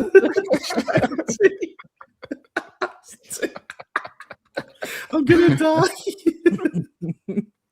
That would actually be pretty dope. Normal Man 42069 for $5 The Mando's physical actor deserves the credit more than Pedro. He does, yes, because he does all of the work. Yep. Taker 610 for $2. The Star Wars sequels are on the Kelvin timeline. We hope, I guess. Isn't that still alive though? The Kelvin timeline, because that's what Academy is. It is, but then we don't know if Alex Kurtzman's going to be, thrown under a truck at some point, so it might be gone. How can you fail and stay in so long? I know. He's done. My God, he's killed more fucking. He's worse Well, than Ryan Johnson is. look at the last name, and that should tell you a lot right there. Wild Warlock for $5. Star Wars villains failed because they did not know about the concept of up. When retards write retarded characters, it's over. I don't care. I know. They Oh put my that in a God. movie. Unbelievable. And then you had Rings of Power going, "What? How do I know which way is up?" At some point in like 2019, nobody knew directions. Postman's Lounge for $4.99. Michael Jackson deserved better than this movie. Mm-hmm. Yeah, I'm not sure. Well, he got a movie that didn't mention the allegations of him kiddling kids. Diddling kids. That's the one I was going for. There. So he might have got off light from this film. I'm gonna kiddle you, dids. That's all he said as he snuck as he a new moonwalked into the pedophile room. catchphrase, isn't it? It's Just as he moonwalks while jizzing in the wind, That would actually be a really good horror game. You just hear Michael Jackson in the house, yeah, and like at first you can't see him, you just keep hearing the occasional Shimon, and you know he's coming. And then when he finally comes out, he goes hee. Well, the worst part is that he just looks at you for a second. You think that he's not gonna jump at you, then he just jumps. Boom. Goes, he's about to like jizz on you.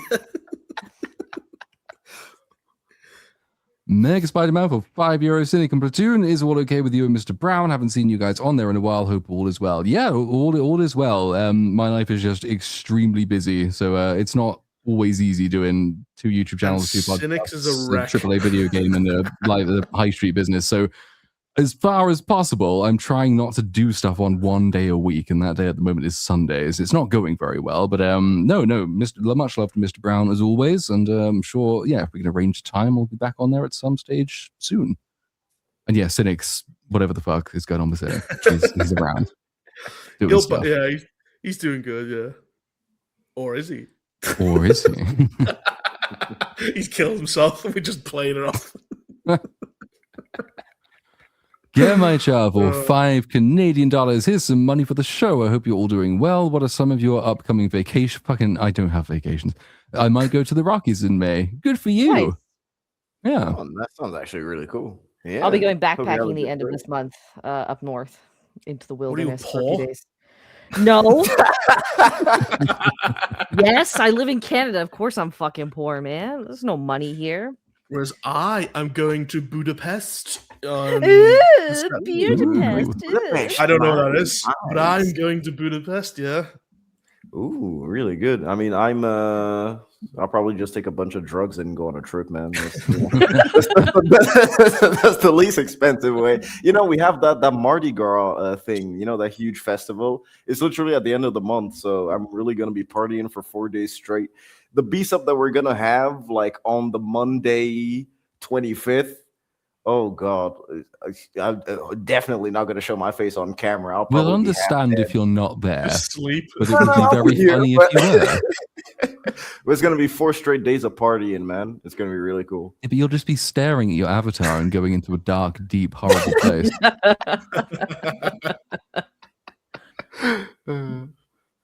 Yeah, I don't think I have any vacation. Mardi Gras in my town. Like my town does a special 4-day festival. It's huge. Can you imagine, dude? My town, usually the population is between 100 and 115,000. During the 4-day festival, it goes up to 1.5 million. Jesus. Wow. Yeah, dude, it's partying hardcore. It's crazy. I was going to be going on a cruise, but I was going to be taking my mum and my sister on a cruise because like my sister's got a little kid and they've both had a long, difficult time. So I was going to be like a nice, dutiful son and brother and say like, I'll take you on a really nice holiday. That's Then a I decided mistake. to buy a house. So I don't know if Oh. that's going to happen. And Nice.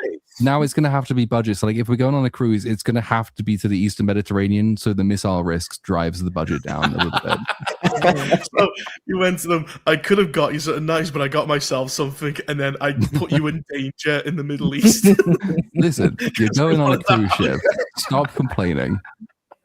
It's like 3 fireworks shows. Are you going up the Strait of Hormuz? Platoon will be streaming from the boat on every Monday, stuck in the Strait of Hormuz. You got Trump blockading himself by blockading the. He just one clusterfuck. If Batman had a parrot for $4.99, check out their website where they want you to pay a fee if you didn't like the movie. Wait, what is this? Angel Studios Animal again? I guess so, yeah. Pay a fee Wow. if you didn't like the movie. How does that work? I'll check that out later. That's weird. The Clawfather for $5. Did you see the clip where the pig farts and called it the sound of freedom? The writers clearly despised Angel. What? Yeah. I did see So that clip, yeah. Yeah, Seth Rogen basically goes, he farts and then goes, that is the sound of freedom. So it's like, and he's like, stupid fuck. It could just be a really shit unfunny joke, or it could be a really shit unfunny joke about the studio that's backing him. Who knows? But in other cases, it's a shit unfunny joke. Wow. It's probably just a coincidence because they didn't make the film. They just kind of got the rights. Yeah. Unless Andy Serkis knew Angel Studios would take it somehow early in production. Z3PO for £2, Platoon plushie when? I don't know. There might be some things in the works. Who can say? Who can say? Maybe one day. Now that we've had that boys episode, like people are gonna get their dogs to like hump it and then have dreams of Platoon bending Oh, over. no. You know? Be a good Have to boy make and it, like, fuck me. the most unfuckable plushie that ever existed. Something that even a VTuber couldn't fuck. Hoseman's Lounge for $4.99. Resident Evil fans. Well, I just wanted someone to take the lore seriously. Me, the games barely take themselves seriously. Well, I don't mind it when they don't take themselves too seriously because it can be really funny. What I don't like is when it's shit and unfunny like Requiem is. Yeah. Well, yeah, I think he's more like, we'll just take anything that's good at this point. Be like, we're not getting good clearly from the leaks. It's going to be dog shit and not be Resident Evil attached. So what's the point?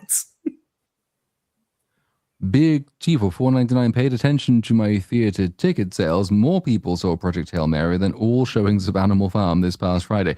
Yeah, I'm not at all surprised. For like, how many weeks has Project Hail Mary been out now? It's a couple of months, right? At least, I think. At least 8 weeks by now, yeah. Yeah, and Animal Farm is just released, so that's going well. At least they'll make as much money as communists normally do. Yeah. AK Dalton for 14 Zars. Ever watched Ted Lasso? New season is coming. No, I never have. I think I watched an episode once and remember nothing about it. Has anyone here watched Ted Lasso? No. Yes. No. Any good? First season, brilliant. Absolute. But after that, pretend 2 and 3 don't exist at all. It's if there were like something that I had seen that is the definition of peak woke slop, and I hate using woke slop together, it would be Ted Lasso seasons 2 and 3. It is god awful. There's an instance in season 3 where like as a team building exercise, because it's a soccer team, right, that he manages, So as a team building exercise, he's like, okay, you guys aren't like understanding your teammates. So I'm going to tie these red strings of fate to your dicks, and you're going to follow each other. And if you run a little too far ahead, that means you're going to be pulling the dick of your partner. The fuck is going on? Bro, I don't know, but I will not be watching any more Ted Lasso. It's actual garbage, and it's so sad because that first season was genuinely good. Fair enough. Durat Bazdid for $20. Thanks for the entertainment. Great show. Thank you, sir. Glad you're enjoying it. Postman's Lounge for $1.99. Moist Critical is ChatGPT the person. He is. He sounds like a fucking AI. He's one of the only ones that AI can actually get really, really right because like his mannerisms are so, like this repetitive. It's like, hey, dude, does the shit stink today? It's like, yeah, it does. There's like just bazinga. Well, there's Kind of some some good shit things like that, about it, and then there's some bad things about it. I don't know. What do you think? And you're like, I only fucking watch him when he tell me. covers I'm like here to see your opinion, Charlie. You fucking lazy bastard. yeah, like I only watch him when he covers random shit like Pokemon scalpers and stuff like that. But when it's actually like movie reviews and shit or game reviews, I don't really bother. But that's because Pokemon scalpers is easy. Everyone hates them. Yep. But when it's like when it's like a film and you're not quite sure which way the wind's blowing, he's very, I don't know about this, guys. Oh yeah, he's always on the fence. He's always on the fence all the time. Yeah, so it's like, oh, what's the point? I might as well just, I want a yes or a no. I come here to confirm a bias or get it rejected. That's what YouTube is. I stopped watching him ages ago because he just got boring, but he just sounds like Tim Pool with hair. That's what you guys are describing right now. Well, he's mostly on the fence for a lot of stuff, man. So like when it comes to politics and stuff, he's really, really just on the fence. And then when it comes Tim to Pool. He's just Tim Pool with hair. Right. Funny thing, did have a conversation. What do you think? I don't know. What do you think? And it just never starts. It's just a loop of two AIs talking to each other. Postman's Lounge for $4.99. I don't know who scares me more, Reaper or the chat. Well, I'm real. The chat could be all bots. Yeah. A real me exists out there in the wilderness. I'm out there, yeah, like a horror film. That's probably monster. a more terrifying Yeah, I reckon. Yeah, Reaper's got to win that particular fight. Sty Games will 5 Canadian. Rank funny bad songs from movies. Have Sex from Morbius. Man to Woman from Emilia Perez. He Lied to Me, He Hates Me from Tasm 2. Man to Woman is a really funny song. Penis that's the only thing I've seen from Emilia Perez. I can't believe you guys actually watched that movie. It's a really funny movie. It's just, it's like they made this. They put it up for awards and everything. And then the transsexual actor got a little too based for his own liking. Well, they started briefing against one of the other awards contenders who happened to be Brazilian, which pissed off the entire nation of Brazil, which then dug into the actor's tweet history, which found a bunch of anti-immigration sentiment, and then just everything kicked off from there. The story around the film was funny. The director saying, oh no, he didn't hire any Mexicans because like there wasn't enough local talent. A Frenchman obviously says this. No one else would say that. In Mexico. There's not enough Mexico. It's going to be that one. It's going to be Emilia Perez because of all the stuff around her. Yeah. Mega Spider-Man, Vex & Co. Most attractive Superman and Lois, and why? Dude, I mean, the most attractive Superman, I can't even get past Smallville episode 3 because, I can't concentrate on the screen. That dude is a beefcake, man. I'm not even going to lie. He's fucking sexy, bro. I'm not even gay, but hey, listen, man. He's basically my version of Cavill for Vex at this point. Still can't watch. I'm still stuck at episode 4, man. Can't get past it. Does it give you weird feelings that are deeply confusing? Yeah, of course. Deeply, very confusing Does feelings. Does it make you want to jizz in the wind? You have to reach for a pillow. And then the most attractive Lois is the one, we saw her titties in that other TV show, the one that wasn't James Gunn. Rachel Brosnan, was that? The newest one? Yeah, the newest one. I haven't seen the tits, so I'll have to Kids. They're nice Absolutely kids, so. Reaper. Yeah. Have a quick tactical wank and then figure out post nut clarity, make a judgment. But those are my two choices. What about you guys? I don't think I have a choice. Um, I've just never found either Superman or Lois interesting enough to be attractive. What about just the actors? How about that? Not the actors, characters? yeah. just the Same actors. thing. It's just not my type, I guess. Henry Cavill isn't your type? No. Then What? Platoon maybe likes black guys or Latino guys. Man. You never know. 'Cause technically, they're all white, dude. I mean, that's the common denominator here, right? Oh yeah, you can see her tits. I mean, nothing to boast about, but they're decent. They're nice kids. Actually, they're bigger in this one. I was looking at a different picture. Yeah, two huge handfills. Yeah, that's how I describe them. Bozeman's Lounge for $1.99. Alex Garland is making an Elden Ring movie. Yes, he is. Oh dear. God. Oh, he's more misses than hits. Yeah, I really wonder what they're doing with the script mainly in terms It of will the not. It won't be even because it's all set before the Shattering, isn't it? So it's going to be like Game of Thrones light. Oh. God, Game of Thrones written by Alex Garland. Oh god, it's gonna be awful. Which kind of tarnished are you? Joey Bag of Donuts for $1.99. Come on, Bex, be more like Noah and Granola Bar. I think he wants you to spill all of your dirt on all of those YouTubers, but obviously you're not obliged to do so. One of those YouTubers will get his dirt spilled probably this month. There you go. Ooh. Ooh. We'll wait to see It's who not it me. is. It's not me, is it? It's not me, is it? Yeah. No, it is nobody on this panel. It's not Cynic either. So you guys are like, Oh. What about Jedi Brooks? He's not No, here, it's- but you didn't yeah, mention it's not him. Brooks. Sorry, I forgot Brooks. No, it's not Brooks either. Joey Bag of Donuts for $1.99. Have we run out of Reaper bedtime stories? Well, I told you, didn't I? I threatened that Nigerian guy today. Yeah, he told us that we were off air. Oh yeah, off air, yeah. Yeah, some Nigerian was being quite mean, so I had to roll up and fucking threaten him. When you piece of shit, if I catch you here again, I'll break your fucking legs. Pulling up 4-man deep.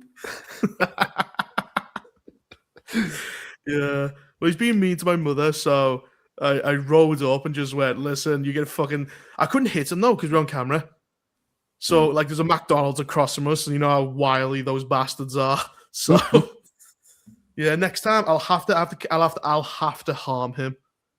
Allegedly, Dang. wink, joke, whatever the UK legal system will let me say. In Minecraft.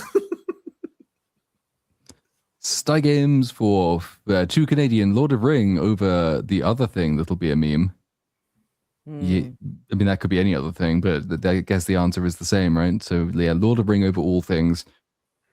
Stitch the Elder, who's been a member for 30 months. Joey is right. Can we have a Reaper bedtime story? You just had a Reaper bedtime story. Is there another Reaper bedtime story, or have you bedtime storied out? My brother locked a teacher in the closet once and then got expelled from school, and no one let her out for all day. Is there what was the reason? Well, she went, because I was watching that, what was that program where Hill Haunting or Hill Manor, and I stopped watching it when they locked that girl in the closet, and I went, oh god, this is my school teacher, she's a retard.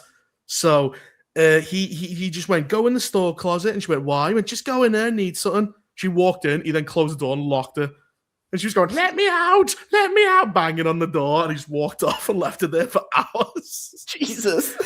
Then another teacher, he was awful. Someone ran in and poured Coke into his fish tank and killed the goldfish. Yikes. So, yeah, it was pretty fun. School was fun. I learned a lot. Survival. Sty Games for 2 Canadian. Bex is a fellow Canadian. She's now my favorite guest. She is allegedly a Canadian. Allegedly. I'm Canadian on my passport, but not in my heart. But thank you. You're welcome. No, she's Al Qaeda in a heart. Oh no, that's American Indian. Isn't it? Mega Spider-Man for €5. How do you remain hopeful amidst so many disappointing and poor stories in various mediums, etc.? Because there's still loads of really good stuff. It just tends to be old. Just, find stuff you haven't read yet. There's always going to be something you haven't seen, something you haven't watched, something you haven't read or listened to, and there's plenty of it around. And occasionally a modern thing isn't shit. There's still hope sometimes. When you Like, watch a I good like to- movie recently, like when you watch a good movie at the cinema that you weren't expecting. I mean, Project Hail Mary was that for a lot of people. Yeah. So. Well, I play a game with my brother. We go on Google Maps in India and we try and find a place that doesn't have rubbish on the road. And I've not found one place yet. So you randomly circle across India, drop it. It's called the Indian game. We're not very creative, but we drop it. And then we turn around and go, there's some rubbish, there's a polluted river, there's that. We try and find a clean part of the country. I still to I this feel day that. have not have not found one place where I went, this looks okay. Mm-hmm. Anna Nielsen for 200 Wise. Congrats on the house. Sorry about the houseboat. Yeah, I'm not taking congratulations on the house until my key is literally in the front door, because now I have to go through all the fun mortgage stuff. So that's going to be great. Oh, Mm. Good luck on Honestly, that. my jobs are real. The money I have is real. I can actually afford this. Don't tell How the good- tax how- man. is the house nice? Nice area. Yeah. It's like the next village over from where I currently am, but it's like a proper old cottage with a big garden and an office at the end of it, which I can then just Ooh. turn into Nice. whatever kind of dungeon that I want it to be in. So it'll be great. Dungeon. Yeah, because I'm kind of limited here because the walls are so thin and the neighbors are so loud and the roads are so loud. Like half the reason I work nocturnally is just because it's quiet, whereas this place will be quiet all the time, so I can actually do stuff in the day. It won't happen because I'll be asleep, but in theory I could do that. And it has a What's nice the- garden and everything. The problem is those tiny little villages and stuff is like, have you seen Clarkson's Farm where the council are just nightmares? Yeah, nothing ever gets built. Although they're building a fucking estate up in the current village I currently am in. I don't know how they got it built. My mum is furiously writing letters to get them to stop building it, even though half the houses are built already. So that's not going to work. But no, this place is there's no space because it's bounded by a river. So the bridges in this place flood every time it rains, and so all the villages become little islands. And that particular island is too small to build anything else on. So I'll be fine. So the only way to stop like an estate next to you is literally like a moat, Pretty much. Yep. like an Just flood old-fashioned it. like king. I need to stop these foreign invaders. I'll literally live in a flooded swampland. Wild Warlock for 5 asses. What do you think is better? Foreign words. Ibanez or Yamaha? Oh, wait, wrong stream. Oh, well, discuss anyway. I'm sure Reaper has a fucked up story about guitars. Oh, guitars. That's why I know those words. My brothers play guitar and one hit me over the head when I was younger. To tune it or for fun? No, because like the problem is because he was out. He was going. These electric guitars are way heavier than the acoustic ones. Here, I'll show you. Bang! and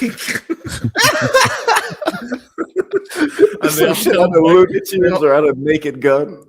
They are way heavier. I'll say that. If you're gonna attack someone using an electric guitar, Oh, I have a Manson sitting next to me, which is, yes, it is quite heavy, but only because I've dropped it on my own foot. I haven't assaulted anybody with it yet. So there's still time, I guess. it works. I'll give you that. Joey Bag of Donuts for $1.99. Charlie was funny once when he pulled out his AR. Oh, that's yeah, the that's a Sneeko. couple years ago. Oh, yeah. Yeah.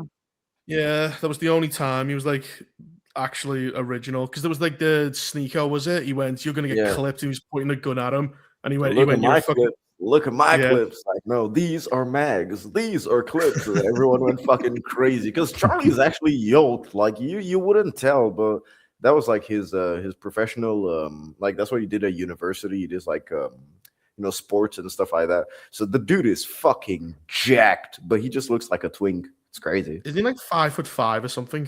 Yeah, he's tiny too. Ooh, good thing he's on YouTube. I mean, Chance though, if $1 million to go out with a 5'5" man forever, would you do it? Do I get the $1 million the one time But you or get to stay. Every time you go out with him, no, right? you get Is it Oh, every no, day? you don't get $1 million every time. I'm not that charitable. I mean, I can do a lot with $1 million, so yeah, sure, why not? Would you would get to live with and go out with a 5'5" man, and like you have to pick him up and put him on a stool? What the? I have to pick him up? Yeah, because he's so small. He's like, ugh, he's trying to climb on like a stool. Would you help him up, or would you Yes, just walk out and leave him? I mean, I've dated a shorter guy before, so it's all right. It's all right. I can do that. $1 million. I don't think we couldn't resist all the Lord of the Rings jokes though. Just like Hobbit stuff. Like every time you leave the house, if you take one more step, you'll be as far away from home as you've ever been. I'd put Then a they'll hate drink on you. his head at a party like as a bar stool. Just go. Nah, I'm not that mean. I'm a nice person. Sty Games for 5 Canadian. For some reason, they're doing a Big Bang Theory spin-off where Stuart from the comic book store destroys the multiverse. No, I'm not kidding. Well, I won't be watching. That actually have you sounds seen pretty him? dope. I won't even lie. Like, Yeah, Stuart I from- agree. It actually sounds pretty dope for the Big Bang Theory universe to go to that level, because it's like Stuart. Even if it's just a 1-season thing, I think the Steward is a pretty fun character because of the actor that plays him. And so Mhm. if you put him in a multiversal situation where he has to save the universe, it actually sounds like a dope concept. Agreed. Have you heard of have you seen the video of Big Bang Theory without the laugh tracks, and it looks like That was it's literally horrible. like a show of psychopaths going, Yep. "Oh my god, you left the door open," and it just goes quiet and nobody laughs. It's just horrible. It's kind of like So- Friends. They take out the laugh track whenever Ross says some shit, and then just makes Yeah. Ross look like I a like fucking- that one. Yeah. It was so over relying on the laugh track though. Like, yeah, Big Bang Theory got really bad like straight away after like season 1. Mm. Joey Bag of Donuts for 199. Jizz in the wind. All we are is jizz in the wind. True. Words to live by. Sty Games. What is this jizz in the wind thing? Go back to the beginning of the stream. There you He go. knows. He already knows. Hoseman's Lounge Reaper is my own personal Slender Man. It's a compliment. Wonder Girl for $10. The laughter this stream has brought me has been fantastic. Exercise and guarantees I'll sleep soundly tonight. So thank you all for being fantastic. Well, thank you. We hope you sleep well. Dreaming about jizz in the wind and Reaper being Slender Man and I'm outside the window. Shang-Chi, the black Asian cousin of Shang-Chi. That's copyright. Every time you use that, we get sliced. Right, I'll try this. Grothoro bit. It sounds Welsh. For $4.99. Big fan of your channel, Platoon. I hope you still are. I've been inspired to make an actual well-written story that follows a world set in International Revolution. Well, that could be really interesting. There's plenty you can do with that. Arcane Season 1's a good inspiration for that sort of thing, that sort of slow build-up to things, and or Season 2 as well, depending on whether you want to be hopeful or not. But yeah, good luck with that. Wild Warlock 45 $, new things suck. Go back to old stuff. Sounds like uninspired dating strategies. Man, you say that, and I actually have a date with a woman this week, and she's 51. So like, Fucking hell. You know what's gonna happen now? When they get back, she pops her teeth out and puts them in the knife glass. and she gives him a gum job. Real question. Are you the 26-year-old that Charlize Theron is referring to in a recent interview? Uninspired? oh nah, I wouldn't do Charlize Theron, man. Too young. Oh, Nah. no, she's 50.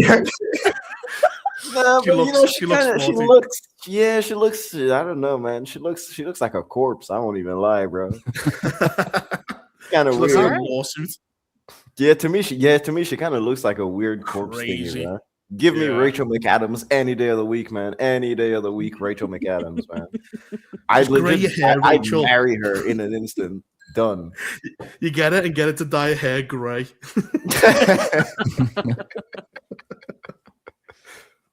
Sty Games for 5 Canadian. What would Vex's equivalent of the Amelia Perez song be? Sandwich to Woe Sandwich or Woe Sandwich to sandwich? I don't know. Maybe only she can answer. I It's don't a know raw what the sandwich. Amelia Perez song is. I You've didn't never watch that heard movie. the man to woman, woman to man, penis to vagina? That famous thing. Nope. How have you not seen it? I It's don't so good. know. Link me and I guess I'll watch it. We shall dig up a link. I've put so many links in the Discord already. Penis. He's going to be wondering what the fuck happened on this stream. It's just Brooks goes once, we go off the fucking web. Sky Games Forward. 2 Canadian Shang-Chi should start a gang called Gang T. It's the new Avengers. And finally, at least for now, we have. I can't do this again. For authority for $4.99. Thanks for the wish of good luck. I haven't thought about comparisons to our game, but I have been inspired by Disco Elysium a lot. Oh, Never nice. ever played Disco Elysium, but I hear good things. Yeah, it's pretty good. Disco Elysium is pretty nice. Yeah. Plenty No of idea what that inspirations.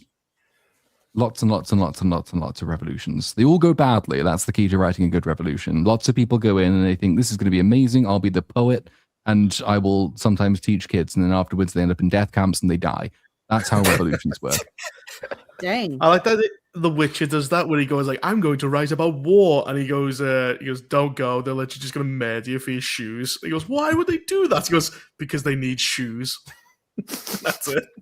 It's a good game, though. That wraps up the super chats for now. If there are any coming in later, we'll wrap them up in a double wrap-up section. But for the meantime, we can find out what everybody's doing with their lives when we aren't streaming for 3 hours somehow. Reaper, what's coming up for you? Have you done anything recently? Are you doing anything recently? I'm writing my boys thing. So far, I wrote about 30 pages because it's about the entire show. But Ooh. I'm probably going to do Mortal Kombat 2 first. It won't be done by then. Yeah. Oh. Is that out That this comes week? out like 3 days. Comes out Yeah. April, May, June, July, May 8th. Yeah, that's it. I just short circuited then. It comes out. Well, actually, for me, it comes out tomorrow. You bastard. Okay.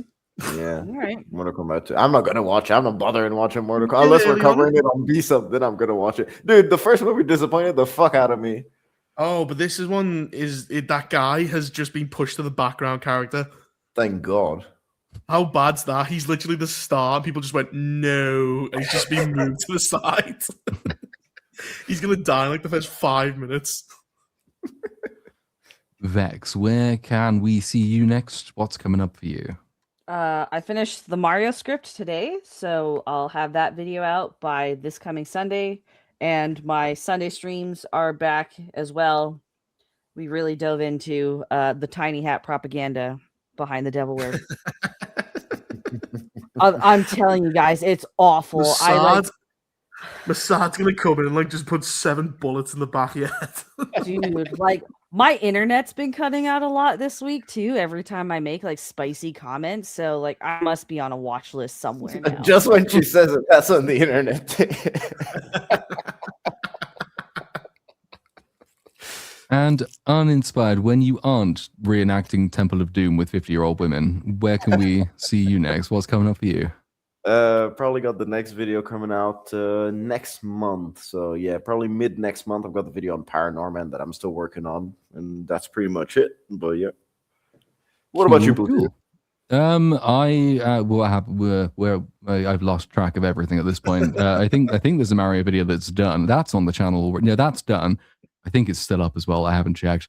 Avatar 3 should have been out several months ago. It's my fault that it's not, but now I'm in the exciting process of figuring out how to get it past copyright. So it might be out this week, or it might never be out, depending on how much work needs doing, because at the moment, it's really fucking annoying me. YouTube's being a shit. So anyway, that'll be out. And then Animal Farm, if I can find a copy to watch, that will definitely get a video. But otherwise, that's kind of it. Two more supers have come in before we drop off for the evening. Joey Bag of Donuts for $1.99. Don't forget, you're here forever.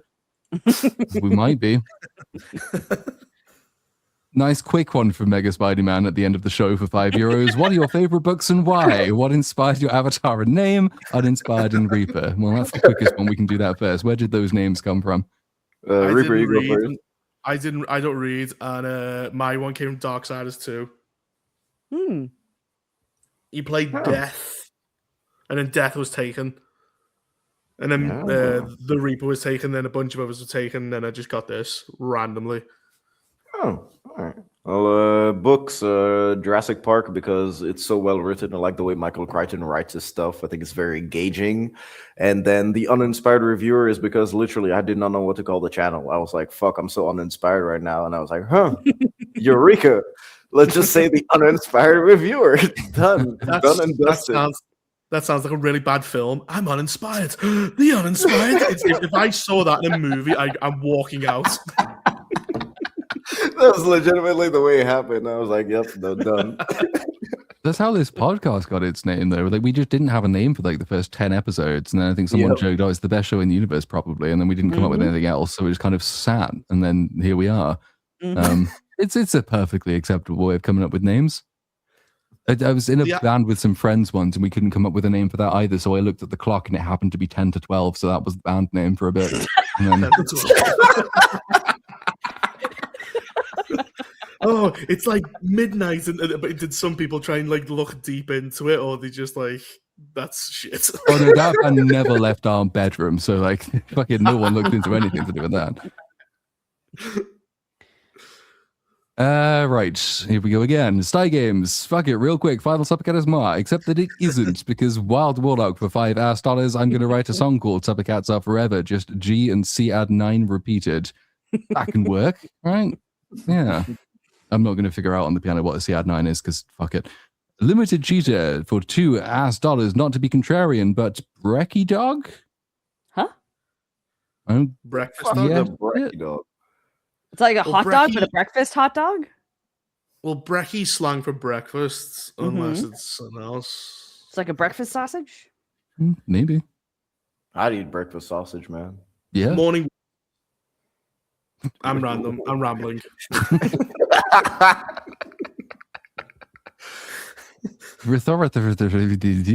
$9.99. Last one. Oh, okay. I should have read it before I read the name. Last one, but you could just call me Grogero since that is easier. I actually have a map thought out for that scenario, lol. Good stuff. You've butchered his name so much he's given you a nickname. It's all the letters after the name that are the confusing thing. It does look Welsh, and I can't speak Welsh, but is it Grojero or Grojero? One of the two, but either way, good to know. And yeah, some people base on maps first, which I've never tried doing because I can't draw, but it can help you keep an eye on things and make sure that people are where they're supposed to be. You get like a map generator, can't you, online or something? You Just could like do that. Yeah. Sly Games, the Suppercats weren't released by me this time. Next Spider-Man Platoon, what's your favorite book and why? I don't have a favorite book. It's too big a question. It so much depends on mood and what I happen to be covering in a given week and what comes across my bookshelf. There were just lots of I genuinely can't answer the question, I'm afraid. Your avatar was like glitching out while you were trying to stumble to that.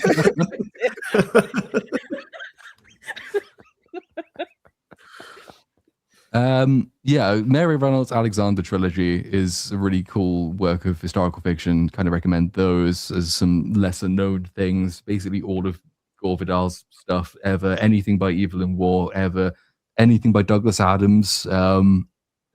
Christ, yeah. So yeah, there's some names, but listen, we've been going for over 3 hours and I'm tired and I have work to do, so I can't do any better than that. Finally, Brecky Dog is the opposite of Suppercat. Cool. And that does it for this week. So we will see. No, we don't. Well, Wild Warlock for $5 can you all talk about what you'd be doing if you weren't reading the Suppercats? If you weren't reading the Suppercats, I'd be hitting the end stream button, which I'm now doing. Any other such chats want to be right? Goodbye.